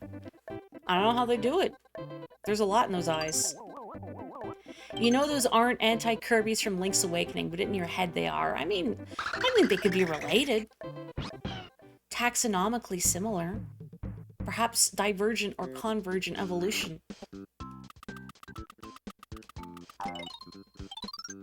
This is a chomp rock. Roll it as far as you can and see what happens. Okay, hang on. I have to see what this link is. I have to see what this... Is it the Yoshi face? It is the Yoshi face. Bless. Thank you. I'm glad the Yoshi face has been immortalized. And now my mouse is fighting with me. Okay, there we go. Couldn't get back to the game. I was too busy staring at that Yoshi face. I guess I should maybe use the rock that they want me to use. No, no, this is not the rock at all. Come on, come on. There you go. Thumbnail material. Just a montage of Yoshi's most pained expressions.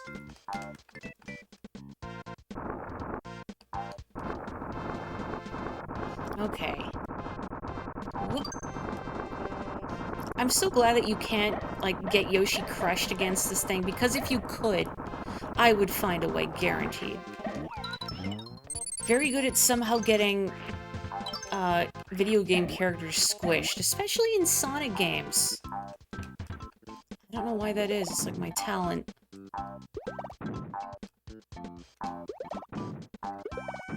Okay. Let's roll. Please don't get stuck in that little hole. Go, go, go, go, go, go, go, go. Whoop. Okay, good enough. Be free. Wreak havoc. Oh boy, nope, nope, nope. Okay, okay. Sometimes you just get yoked to the other side of the rock, and that's no good. Okay, save my rock from the pit of shame. Bleh.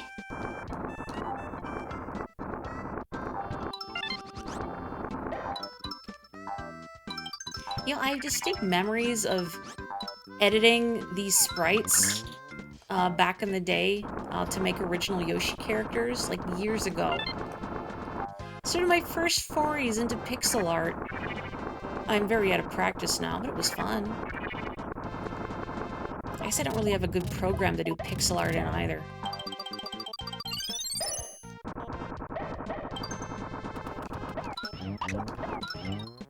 I abandoned my rock. I abandoned my boy. No, we're okay. We're okay. I'm gonna get a great reward for bringing this to the end of the level, right? Like, the immense satisfaction.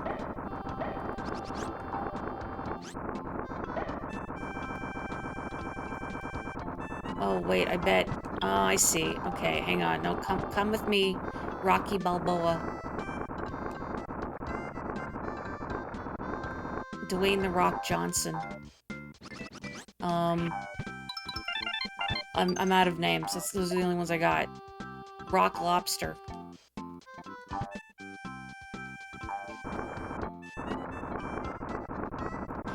I've heard of, you know, I don't know how you say it. A-Sprite? A-Sprite? That one. Rock from Soul Calibur. But yeah, I've heard A-Sprite is good. Havel the Rock, Rock Lee. Can't believe I forgot Rock Lee. I mean, I've seen like maybe like 2 episodes of Naruto because I was curious, and then I decided, this is not for me. But I know Rock Lee. Rock Lee seems like a good kid. Rocky and Bullwinkle. Ooh, that's so good. Hey Rocky, why don't you pull an egg out of my hat? Again? Oh. I don't think that should be able to hurt me. Stupid smug flower. Get out of here. Oh, I forgot Rockman. Of course. I'm so mega disappointed in myself.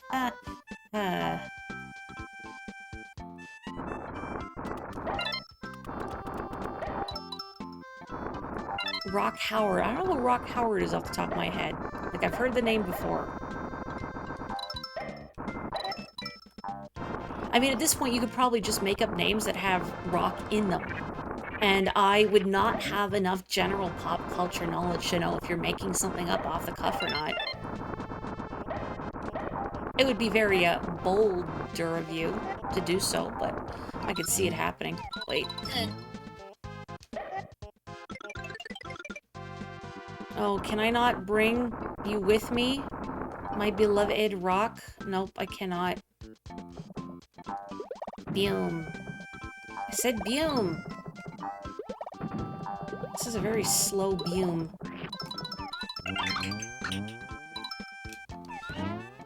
Oh, what? How did I get that Koopa and yet I missed that rock entirely? Rockadoodle. Oh, no. Okay. Okay, I think I have to...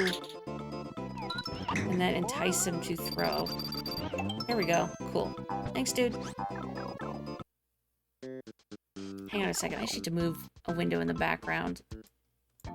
There we go. Okay, okay. I couldn't see the chat clearly because I still had that screenshot of Yoshi's face in the way.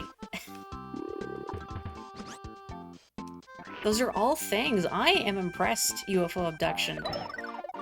That is a very in-depth repertoire you have of, geology, so to speak.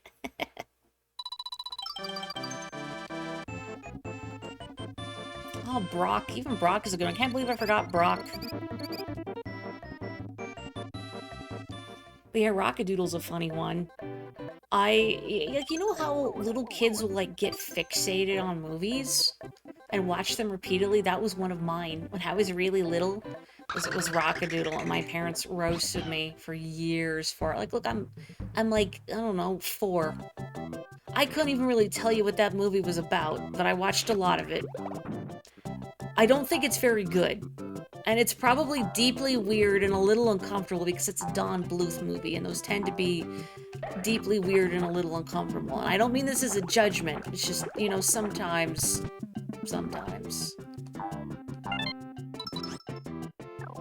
Oh, there's a pipe here. Okay.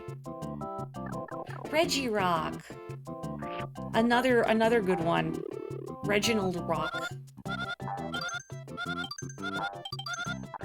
One of yours was Jingle All the Way. Was that the Tim Allen one with Turbo Man? I've seen that one. Reginald Rock should be your son's name. Jingle All the Way gave you nightmares. I mean, Tim Allen will do that. Whoa. Oop, fish. Okay, which one of these fish is like secretly a big fan of Tim Allen and will throw themselves in me, or throw themselves at me, in my belly, to get back at me for the gross injustice I have done to besmirch Tim Allen's good name. Oh wait, no, I'm thinking of Arnold Schwarzenegger. Why am I thinking of Tim Allen? Oh, I'm thinking of the Santa Claus. I'm getting like my kids' mediocre like direct-to-video children's movies mixed up. Bochi the Rock. I gotta watch that. Because I've said before, like the best anime and manga are about weird girls or have weird girls in them. And Bochi the Rock seems like it would fit the bill.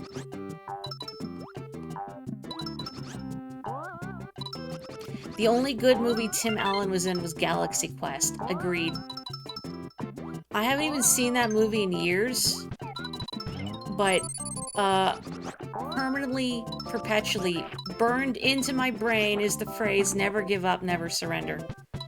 I think about it a lot when playing Splatoon in particular, especially if a match is not going well. Ooh, I want in there. But where's the key?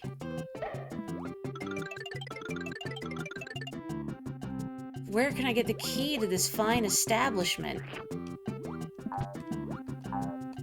Oh yeah, he's in Toy Story, but see, you don't see his likeness though. That's like partial credit. Oh, I bet the key's in there. She's not weird, she's just really, really awkward. Oh, that's perfect. I think that's still a flavor of weird girl. Like, as long as we as a society can step away from the doe-eyed anime waifs that have no real personality beyond ooh. Hang on. Yes, no, they are serious. Tim Allen voiced Buzz Lightyear in Toy Story. In fact, because my mom would watch Home Improvement, I remember like a bit at the end of one of the episodes where Tim Allen is playing with like a talking Buzz Lightyear doll, and amused that it's his voice coming out of it is real.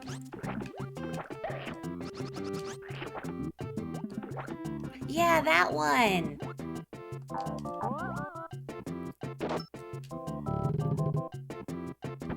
But yeah, that was him. Oh, it's balloons again, alright. Yoshi, I'm trying so... Okay. Well, I conquered the one balloon in the bottom left corner, so I win. Technically. That's my story, and I'm sticking to it.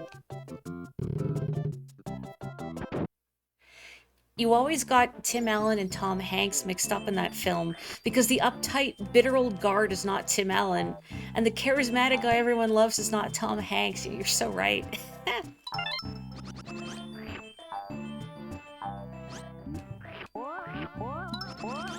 There was also a Halloween episode of Home Improvement where Jonathan Taylor Thomas opened the door to two trick-or-treaters. Treaters? Treater Repulsa is my Power Rangers OC. Ahem. Treaters dressed as Buzz Lightyear and Simba, and he gave 10 pieces of candy to the cute little lion. Oh, cause he voiced, I see. Oh no, what, why is this egg-spitting turnip betraying me with cacti? Treat us to some candy.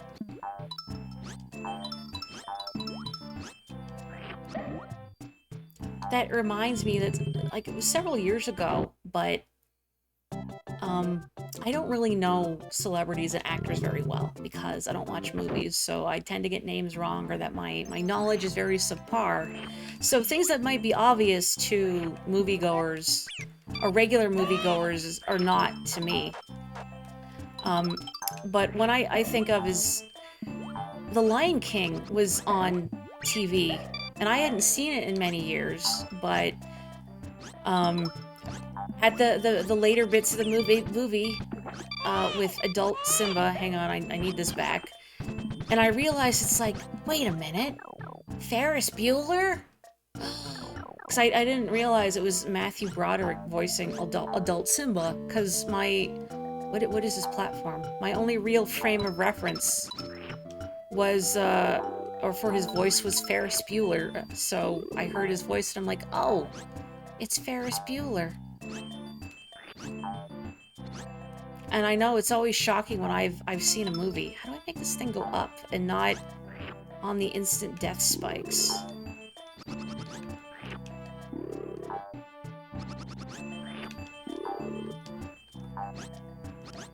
It kind of goes up a little and then it drops. And also, I don't really want to mess with this too much because the instant death spikes are below me and I have trust issues. Can I make you go up further? Okay. Ooh, no. I can't get squished in this game, but still, trust issues. For a second, I thought we had, like, the barrel from Carnival Night Zone type situation on our hands, you know?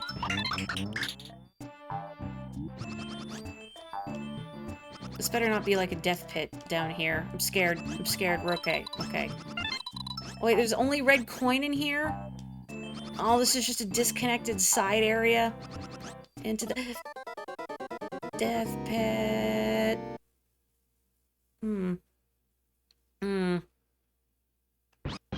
Well, I have 25 lives now, so it's fine. They either murk you from the slightest touch or you just take damage and jump back. No in between. I don't know why Yoshi is allergic to spikes in particular. Ooh, I thought I'd drain that thing of its cacti, but apparently not.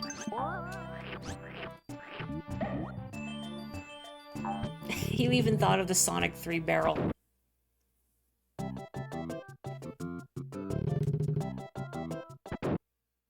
Am I allergic to spikes? I never thought about that. I mean, I don't like stepping on pointy things, I suppose. I don't know if I would keel over instantly, though. Maybe Yoshi doesn't like getting needles. He doesn't like injections. Always pitches a fit when it's time to get his flu shot. I mean, I used to really not like needles, so one could argue that, oh, I'm allergic to spikes, but because of the medication I have to take for my eczema, I have to inject that myself, so you get used to it pretty fast.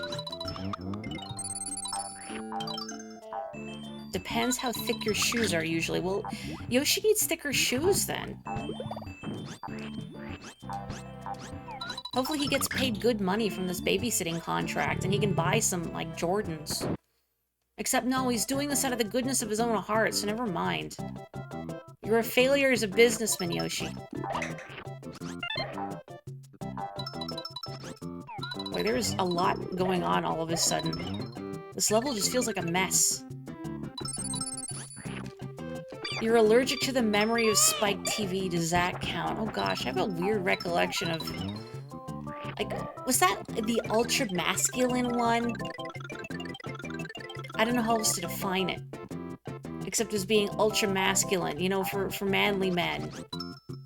Who like, I don't know, cars and women and booze and whatever else is a stereotypical masculine interest.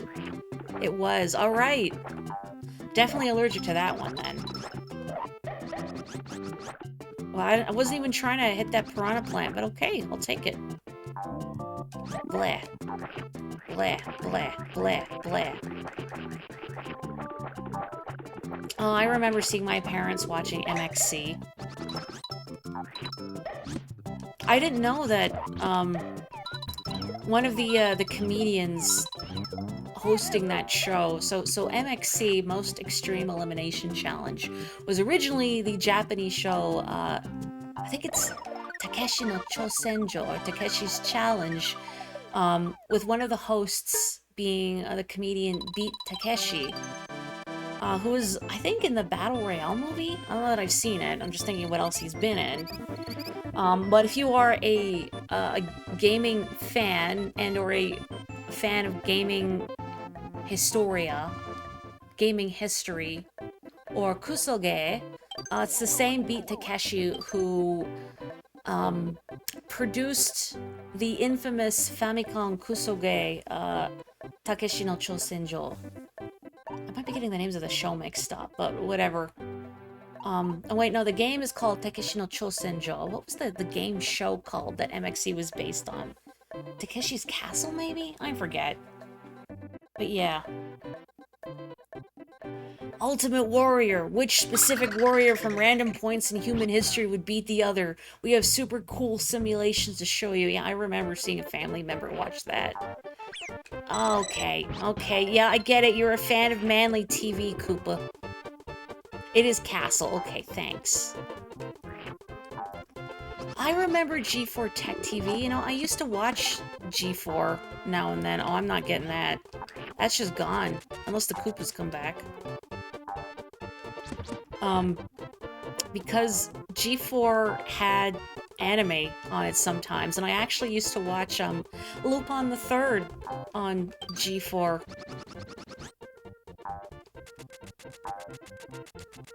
I think Lupin the Third Part 2 specifically was the one that was dubbed. It was a great dub. I'm sure dub haters hate it like most dubs, but I really like that one. Oh boy, this whole place is scary. Okay, I need to get up there. So I just need to bounce good enough to get up here. You remember as a wee one watching G4 and thinking, wow, a channel dedicated to video games. I like video games. This is the best channel ever. I had the same thoughts and then was only met with disappointment. But, dubs are underrated, especially in today's age. Now, are there bad dubs out there? Yeah, there's still bad dubs out there. And it's okay to not like a dub either, but it's frustrating when people see, or I see people unilaterally throwing them under the bus. As like, all dubs are terrible and bad and butchering the original text and blah blah blah blah blah. Like, you can not like them, personally. You don't have to watch them. But I feel it's unfair to just unilaterally declare all of them terrible and bad and, like, greedy cash grabs or whatever. I guess that's what rankles me, is when people make it some blanket or moralistic judgment. As all dubs are just inherently bad, wow, and butchering the original text, versus it's not for me.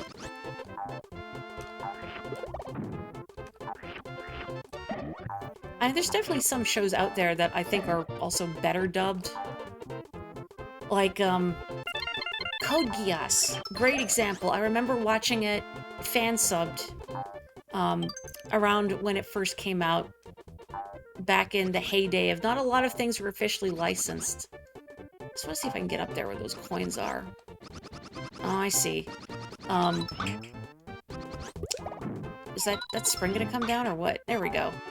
But yeah, I tried watching Code Geass fan-subbed back in the day, and I saw a couple episodes and went, oh, this is boring, it's not doing it for me. But then I watched it dubbed, and I thought, this rules, actually. Something about the dub just perfectly encapsulated how over-the-top goofy it was. Huh.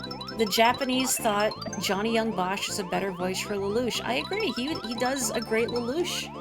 I think Johnny Young Bosch has a great range from being able to sound like mild-mannered nice boy, and I'm saying nice boy is one word.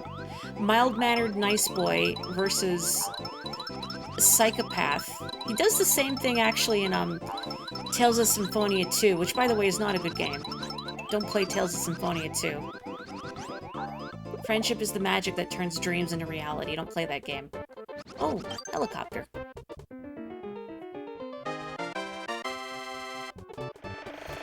Did the English VA sound corny shouting the attack name? That's maybe because it's a corny thing to do in a fight. Embrace it, yeah. Like, look, shouting your attack names is never going to sound cool. By which I mean it's always the coolest thing ever. You just gotta put your whole heart into it. Hi, Joanna. Oops, I was throwing that egg in the sky for you, Joanna. I hope it made it to you. You cannot, to this day, take Dragon Ball Z seriously whatsoever in its original language.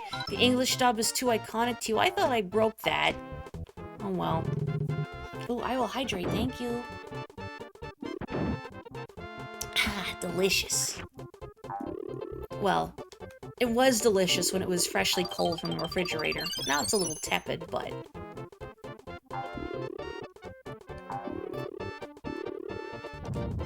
You know, I used to like, on G4, I used to like X-Play, that game review show. But then I found they were kind of mean. I didn't like how mean they were. I mean, there's, you know, I get there's not liking something, and then there's just like being needlessly mean. That this is not giving me useful information on a game. I did think it was novel that one of the hosts was a woman, though. Because, you know, as a Goyle, it's nice to see other Goyles in gaming spaces. And of course, it's frustrating then seeing the pushback, like, oh, I bet she doesn't really play games, or she's not good at games, or whatever. But yeah, they were entirely too mean in that show, and it kind of just rubbed me the wrong way. Yeah, it's cool to be mean, right? I think I realized I'm not gonna vibe with these people when they didn't really like Katamari. And it's okay to not like Katamari. But it's more the thing with any reviews of stuff. Me personally, well, I'm missing one flower. I'm missing one flower from 100%, whatever. Me personally, I don't put much stock into review scores and the like, because that kind of thing is very subjective. And really, you just gotta find a reviewer that has similar taste to yours. And then you can probably get a better idea of what games you would and would not like. And their tastes were not aligned with mine, and also they were entirely too mean and unfair, and I feel like, maybe I'm misremembering, kind of racist sometimes, like, making fun of like, ho ho, haha, weird games from Japan, isn't this thing so wacky in Japanese, hoo hoo, haha, like, can we not? I know it's like the mid-2000s, but even, can we not, please?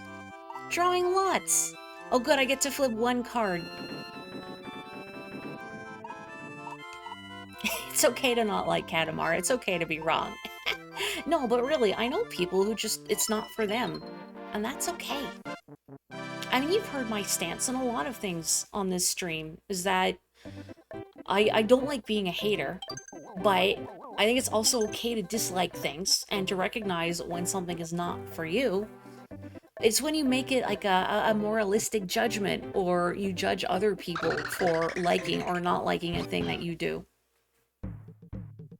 That's when it gets frustrating.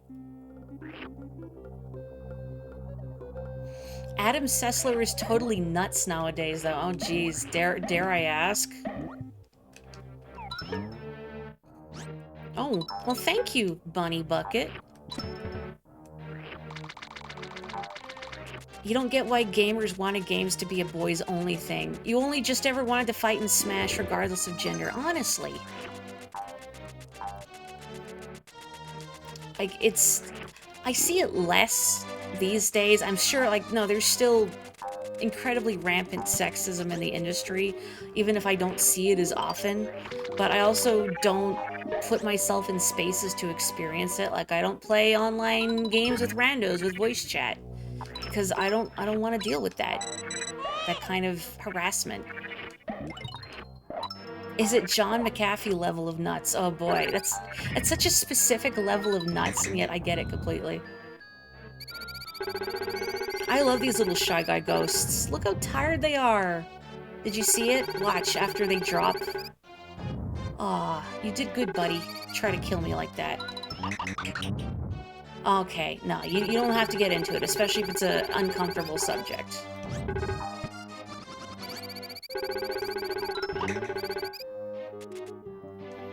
But anyway, the sexism is very frustrating, and you still see it, like... Gosh, I remember seeing a comment for... I don't know if it was Smash 4, maybe it was Smash 4. But it was after some character had been revealed. Like Zero Suit Samus or whatever, and someone's saying they should just call it Super Smash Sisters at this point. There's too many girls. When, like, there's, like, maybe 1/5 of the total playable characters are girls. It's like, come on, man. Let me have this. Back in my day, you got maybe one girl to play as, and they were always the girl. Capital T, capital G, the girl. They were always pink and girly, and of course the voice of reason, etc.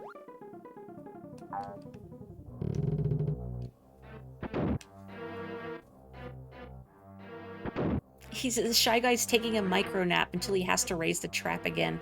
Wish I could take micro naps at work. I suppose there's nothing really stopping me.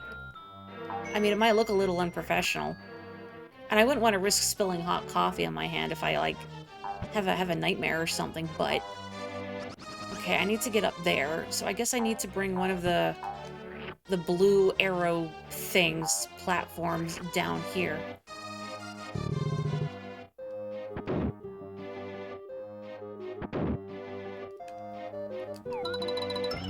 If you're lucky, there's the hot chick and also the tiny schoolgirl. Wow, so much variety to play as.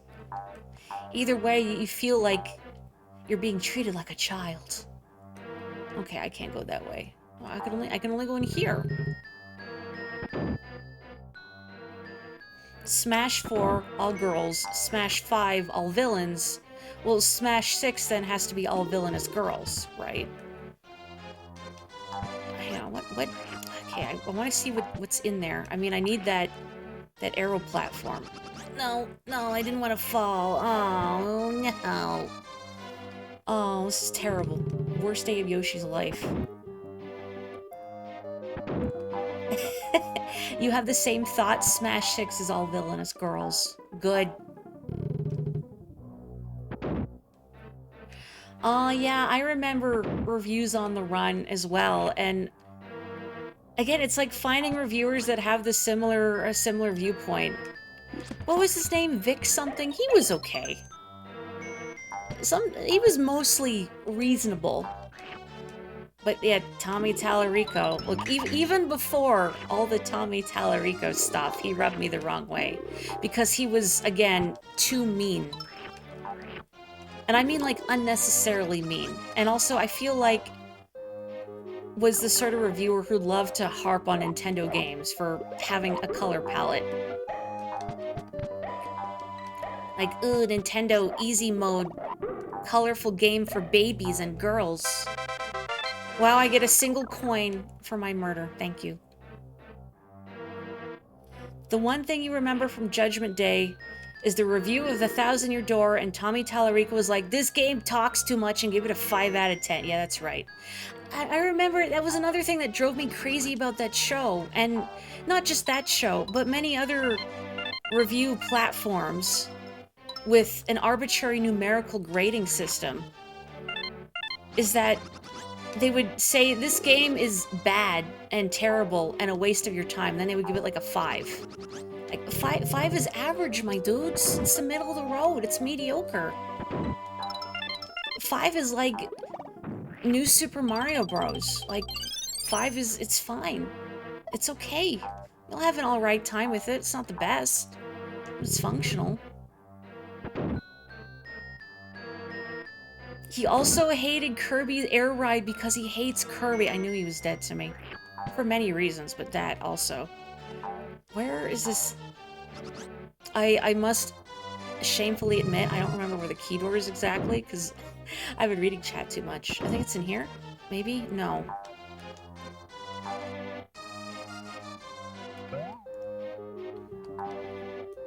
Review score inflation. Yeah, it's weird, right?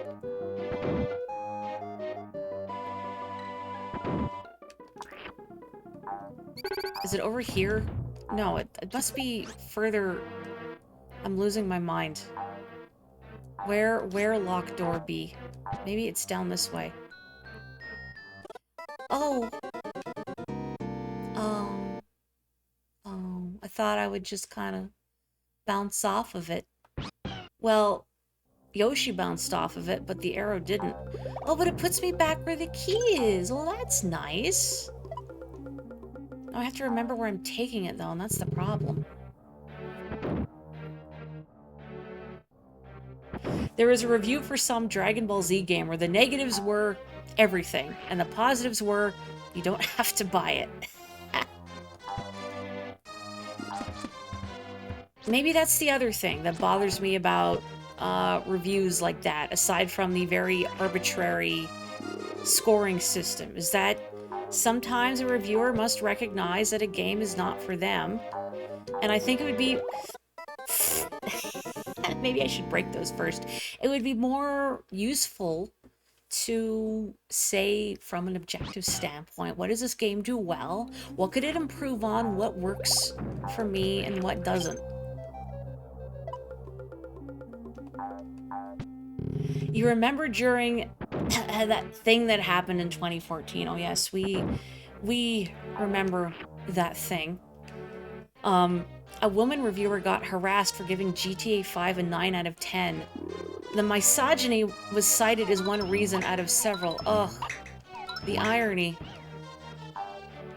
I feel so awful for her and other reviewers that have had to bear that brunt of just casual gamer sexism. There's the door. For Thousand Year Door, wasn't there some magazine that gave it a low score because, well, it's a good game, but you might not like it, so low score? What? Oh, I was reading chat and then Lakitu stole... I mean, you can have them, honestly. I feel like the cloud would be a better delivery system. Can you... Like, why do you want him so bad? Do you want to adopt Lakitu? Is that what's happening here? Longing to be a single father.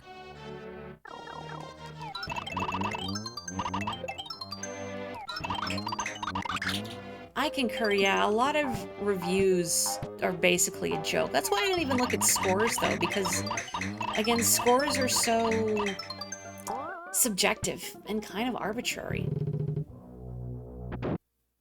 I mean, stuff like Metacritic can be good for, like, a general consensus, but even then, like, there's stuff out there that reviews poorly that I like, and stuff out there that reviews very well that I don't. So it's just finding reviewers that have a similar mindset and value similar things in games. But of course, actually finding a reviewer like that can be tough. You would trust Lakitu with kids less than Yoshi. He just throws kids away. My god, you're right. Well, he trusts his spinies to be independent. As soon as they turn 18, that's it. Kicked out of the cloud.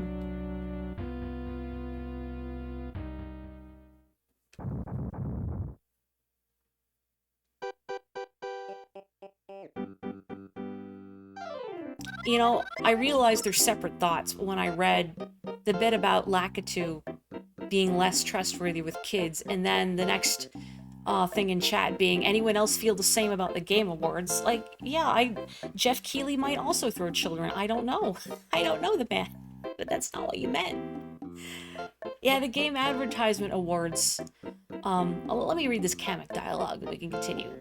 Little Koopa, come through for me now. Go forth and rock Yoshi's worlds. You forgot your punctuation, Kamek.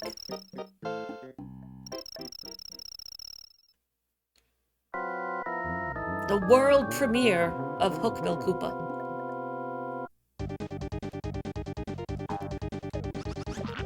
Blah, blah, blah, blah, blah, blah, blah. But yeah, whoa, buddy, I forgot he did that.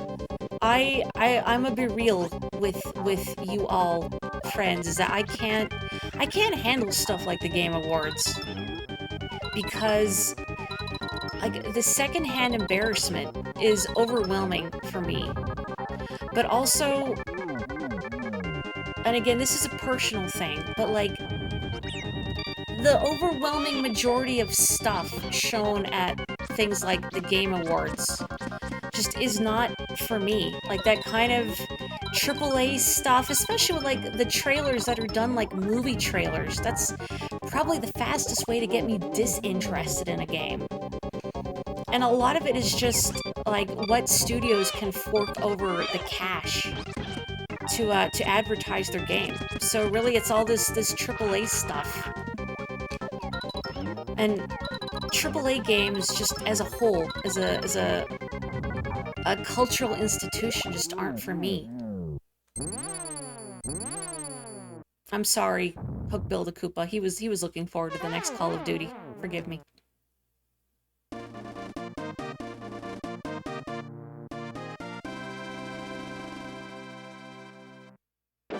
Woohoo.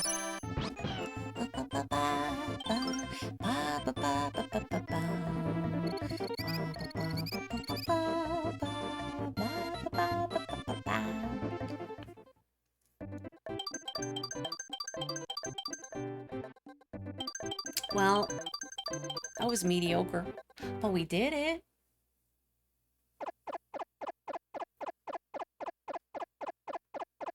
Oh, I didn't know that Lynn performed Last Surprise at the Game Awards. I've never seen any of the performances because, again, I can't handle watching them live. They just, the secondhand embarrassment makes me want to like crawl into a hole. Also, I'm gonna do a couple more levels and then I have to call it an evening. But you know what? Shout out to the one, the presenter who, oh hey, it's a like a Raiden Lakitu, and then I stole his cloud. Anyway, shout out to that one presenter at the Game Awards who was presenting for like best mobile game or whatever, and said Genshin Impact. I hope that person is having a great day, and I mean this genuinely. That they lived in a world where they've never heard the phrase Genshin Impact, and they pronounced it with that hard G. Bless. Am I sure I didn't steal his thunder? Oh man. Well, I'm gonna have to steal yours by taking that joke. That's very good.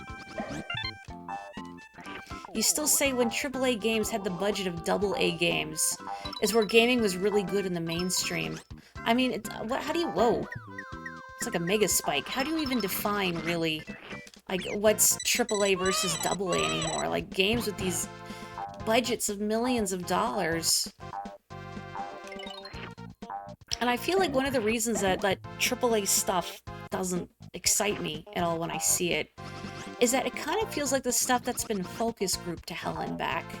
You know, like they're going for the broadest mass market appeal. So everything is just kind of dull and samey as a result. And again, all those game trailers done up to look like movie trailers, the same sort of like songs and beats and narration and like gunfire set to like dubstep or whatever. I hate these things. I hate these things. Just go away. Go away. Be gone with you. Give me the orb. No. Okay.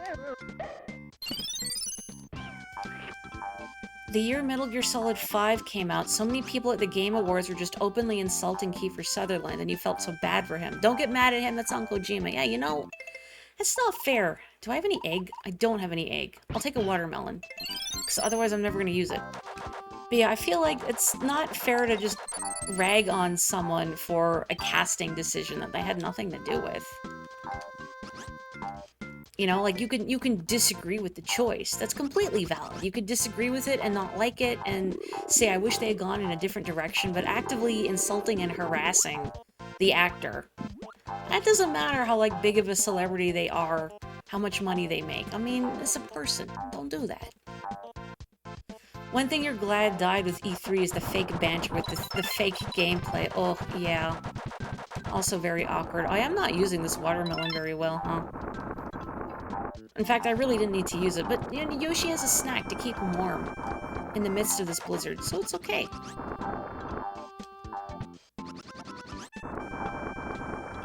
AAA, you'd say when you get millions of dollars and you have a panel of execs to agree on any mechanic. Yep, there's the rub. What a face, Yoshi. This is all really valid and you feel as true gamers, trademark, we should rise up and make our own award show. Wowee. Hang on, I gotta throw some balloons. Oh, these are getting long.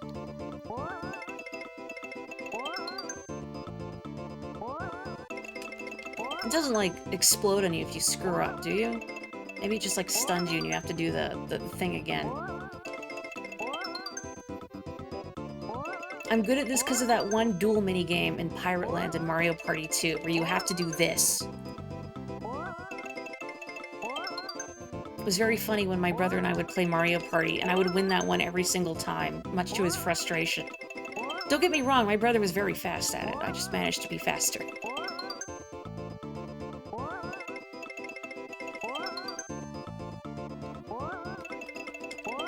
Oh boy. This ain't looking good.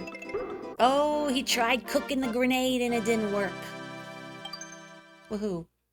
I didn't even look at what I got. I was just too busy staring at that bandit, a victim of his own hubris. AAA is you screaming in frustration.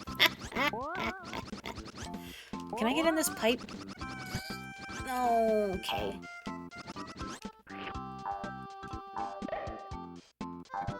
It took me a bit even to get it, Joanna, because I just read it and took it to mean the sentiment is that just the idea of AAA multi-million-dollar focus group to hell and back games made you scream in frustration, and then I realized, oh, ow, ah. I didn't mean oh, ow, ah to be a reflection of what you were saying, but also, can I just look at the Shy Guys frozen in the ice? I never noticed them. Oh, that's terrible. Someone really ought to do something about that. I mean, not me, though.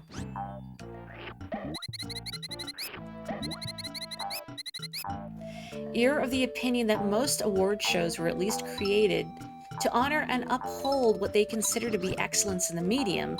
Game awards feel like they exist to legitimize gaming as a hobby. Even then, like, who watches game award shows? And I mean this, like, as a genuine query. I don't know. I feel like only people watching it are people already involved in gaming. And I feel like people who are unsure or who don't feel that games are a legitimate art form or a legitimate storytelling medium would not have their minds changed by the gaming awards. But also, just, they're so whoa, Bumpty. They're so blatant about being a glorified commercial. Just like the amount of money that studios have to spend to get a slot to have their games shown during the Game Awards.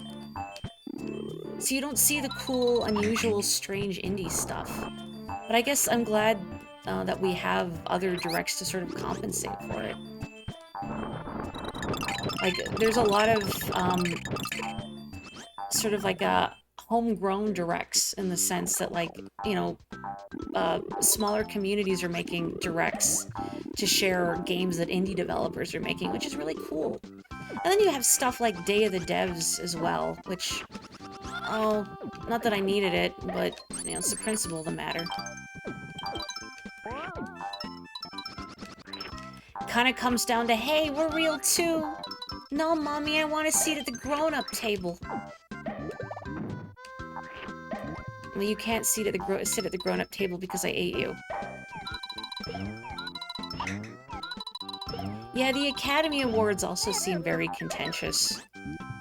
And I feel like all the movie buffs I know, and I'm including several people in this chat as being among them, do not respect the Academy Awards because the Academy themselves, whoa, is like very transparently biased in their decisions and do not give everything a fair shake. But Hollywood loves that prestige, I suppose. You know, honestly, when something is, like, mentioned as being, like, an Oscar winner, that's a good way for me to avoid it. Like a signpost saying, this is going to be, full of Oscar bait. You know what I mean? The sort of, like, manipulative, tugging at heartstrings, hard-hitting, based on a true story, whatever type movies. And I'm not saying that's a bad thing, but it's not for me. There are legit articles documenting how the voting panelists are like, well, best animated film. Hey, my kid really liked this film, so I'll vote for it, sure. Yeah, I've read articles like that too, and it's infuriating. Like, animation is a legitimate storytelling medium, and having it just brushed aside, being like, whatever, I'll just give it to the Disney film. Like, come on.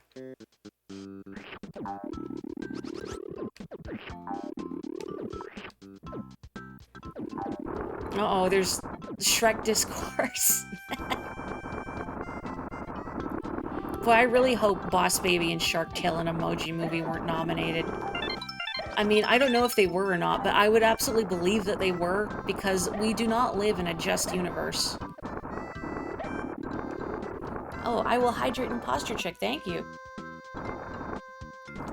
Ah, merci. Uh-oh, their Shrek discourse is an all-timer string quote. Shrek is not a better movie than Monsters, Inc. I think Shrek is a different movie than Monsters, Inc. I mean, yes, it's literally a different movie, but I mean, it's a different sort of movie. They're similar, but Shrek goes really heavily on the referential humor and the pop culture jokes. Some which work better than others. Monsters, Inc., I think, largely stood on its own without relying on pop culture. But I think that's maybe just a weakness of DreamWorks storytelling in general, is that there's a lot of pop culture in there.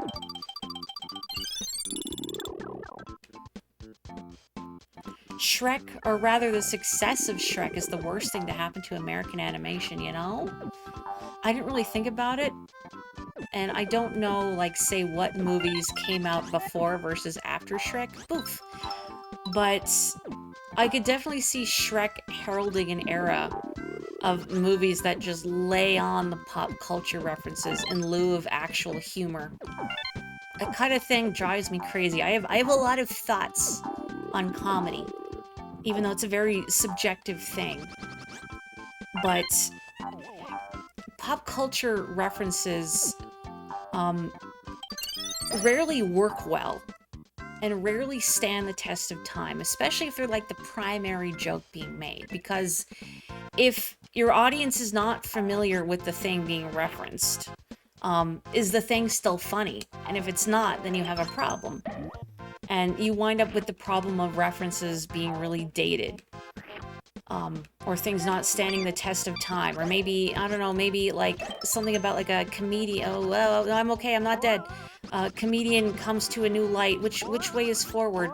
Hang on, I'm trying to save myself by bouncing on these penguins. Dear God, save me. Smug snowman. Okay, we're alive. We're alive. Anyway, I think Shrek was a good movie. And it does a lot outside of the endless pop culture references, but I could definitely see it heralding an era of people just seeing its success and going, oh, maybe we should just stick our movie with references to things instead of writing any actual jokes. You know, and then our jokes just amount to, hey, everybody, remember Thing? Isn't Thing good? And that's it. Clutched.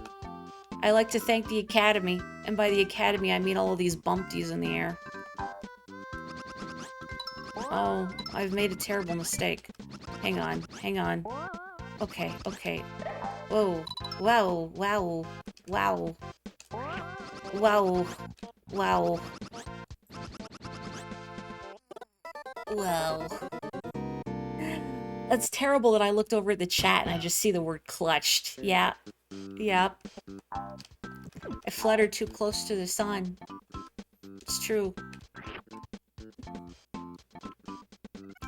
Do we blame the popular media that did something right, or the imitators who took the surface level things as the core?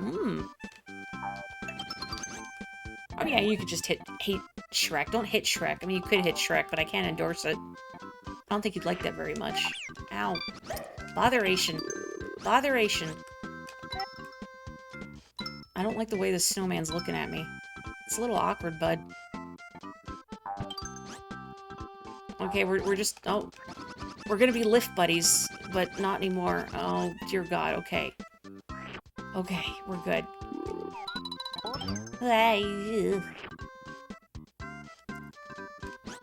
You know, I don't know what Green Book is, aside from a movie.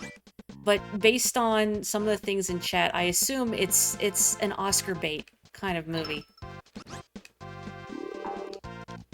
Where it's a very, like, surface level, manipulative, tugging at heartstrings. We're going to tackle this sensitive issue with all the grace and sensitivity of a bucket of hammers. 100% Oscar bait movie. I feel like... I think I had to watch Crash in English class once. And I don't remember anything from it except finding it upsetting in that specific Oscar bait manipulative way. Have a good one, Abduction. Have a good night. It's a true story about a, in real life racist, Italian guy teaching a black guy how to be black. Oh, yeah, that definitely sounds like Oscar bait. That is, again, probably not done in a very thoughtful or sensitive manner. I haven't seen the movie, but I can imagine.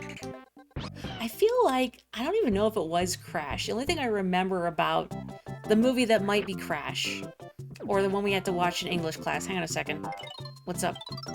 This is an icy stage. Be careful, it is slippery and difficult to walk. That is... Sorry, that's one sentence. Be careful, it is slippery and difficult to walk.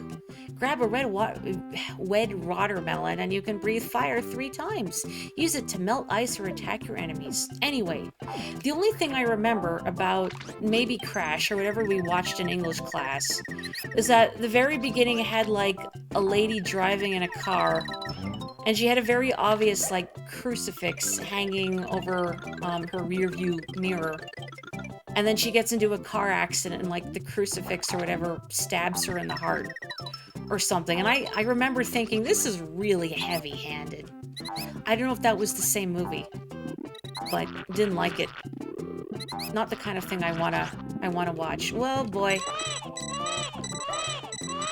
Crash is the one that follows like 8 people in the intersecting racism-themed vignettes. Not Cronenberg's Crash. We should have watched Cronenberg's Crash in school. Oh, I don't have any egg. Hang on, do I have any... Nope, I just have stars.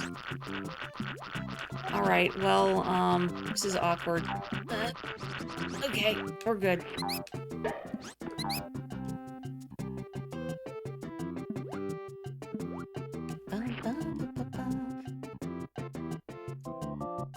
Cronenberg's Crash, you're pretty sure legally can't be shown in schools.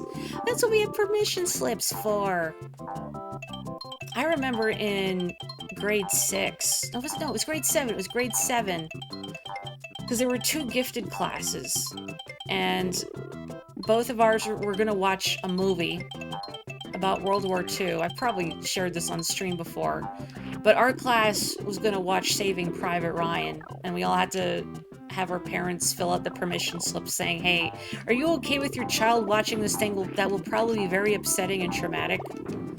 I did not look at the screen for the duration. I just read a book because I knew I would find this very upsetting and traumatic, and I didn't want to deal with that. I was the kind of kid who got bullied all the time, you know? I'm already stressed out at school. I already don't want to be here.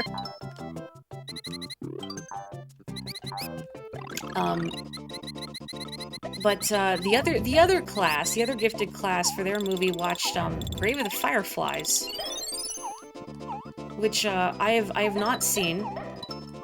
But I do know it is not a light watch by any means. I want that.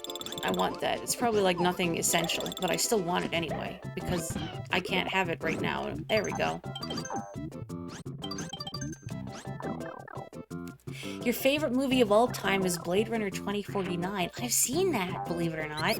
And while it got a lot of Oscar noms for visual and sound stuff, and it won one, nothing about Best Director, Best Story, Best Picture that irked you a whole lot. Not Oscar baity enough.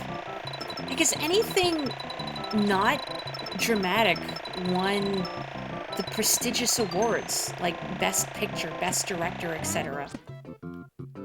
Like, have they ever been won by a comedy or an action movie or like a musical? Like something that's not a drama or based on a true story, etc., etc.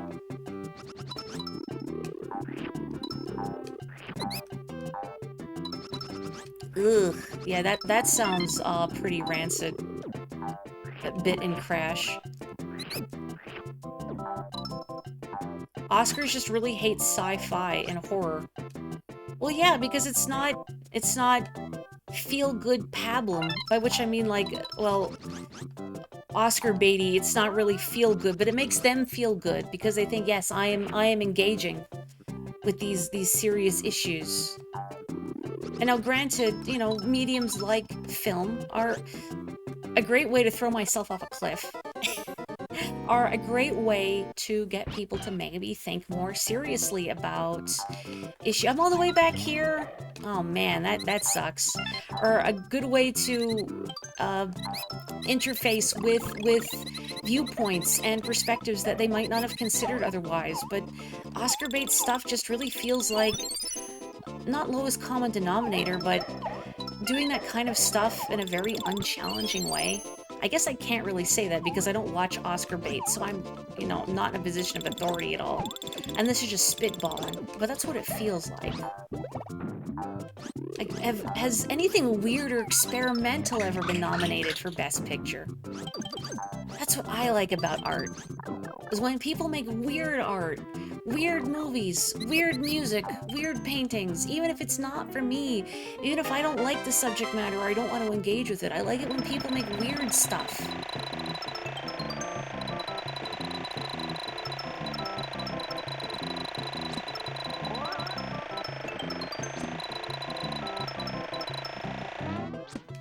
Hang on, I need to scroll up a little so I can see these movies because I was too busy being a helicopter. Oh, Everything Everywhere All at Once, I assume was nominated. Shape of Water. Oh, was that the Guillermo del Toro one? I think. Fishman Romance, that one? I've never seen it. I've not seen Everything Everywhere All at Once either, but I've heard a lot of good things about it. You know what? That's the other thing about the Oscars, that it's very like Western centric. You know, like, okay, you have the best foreign language category, but can they win, you know, best movie, best director, or best picture, best director, best actor, something? Feels like same with, you know, best animated feature. I always feel kind of like an afterthought. There's great stuff in there that's being overlooked because people don't want to read subtitles or whatever. Shape of Water is yeah, I'm sorry I can't say your name. Guillermo del Toro making Amelie. Never seen Amelie. I've heard the soundtrack though. I remember being in a tea shop and hearing music that I thought, this reminds me of Professor Layton. This is cool. What is this from? And it turns out it was Amelie. Ugh. Oh, Parasite also won Best Picture. Guillermo, thank you. That's a cool name. I don't know why I struggle to say it. Pretty sure Parasite was the first non-English film to win Best Picture, and it was like, what, 2021? So over 100 years or something. Good gravy. That's what I mean. You got to expand. If you're doing this huge, supposedly multinational award show, then let it be multinational. There's great works of art being made all around the world. You must open your heart to. Anyway, I love this part of the level. Does Baby Mario have an H on his hat? That's kind of what it looks like. I used to replay this level all the time because I love this bit. I love this bit. I missed the flower. I remember redoing this bit a lot to get the flower.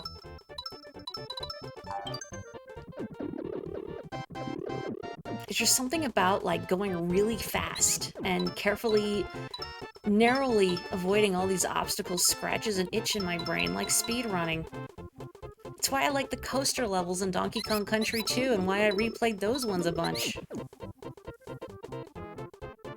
This is one of the more annoying ones to 100%, yeah, because if you missed something in the ski section, well, better throw yourself down a pit and do it again. But I just had so much fun with it. Whee! Whee!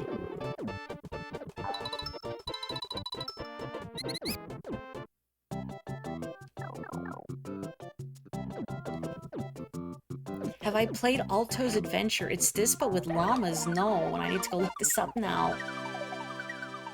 Now, when you say it's this, but with llamas, I assume you mean, like, the rapid speedrun sort of element to it and not you're ferrying a very young child to a nebulous destination. Oh, this isn't the level you were thinking of. Well, now I'm curious what level you were thinking of. Fast snowboarding, alright. Gosh, I miss snowboard kids. No children involved, thank goodness. There's an extra stage that has skiing, and it's even more annoying. I want to play it. I guess I'll have to borrow a copy that has the other stages unlocked, huh? Unfortunately, though, I do have to call it an evening now. I have an early day, as usual, the life of a barista. You know, not a glamorous one, but here we are. But thank you, everyone, for joining me for more Yoshi. These are such fun streams. I don't know what it is, but I'm having such a great time chatting with folks. Like, I feel like part of it, we're having genuinely thoughtful intellectual discussions about things like movies and games and media. And then the other half of it is what Mario enemy is the most edible. And I think that's one of the reasons I love streaming so much, and I'm so grateful to have such a wonderful chat. So thank you all. I hope you enjoy the rest of your week. And Friday's going to be more Metroid, so please look forward to that. I'm looking forward to more Metroid. It's kind of hard to resist playing more, but I shall resist for all of you. In the meantime, please stay safe, stay healthy, have a wonderful evening, and I will catch you next time. Bye-bye!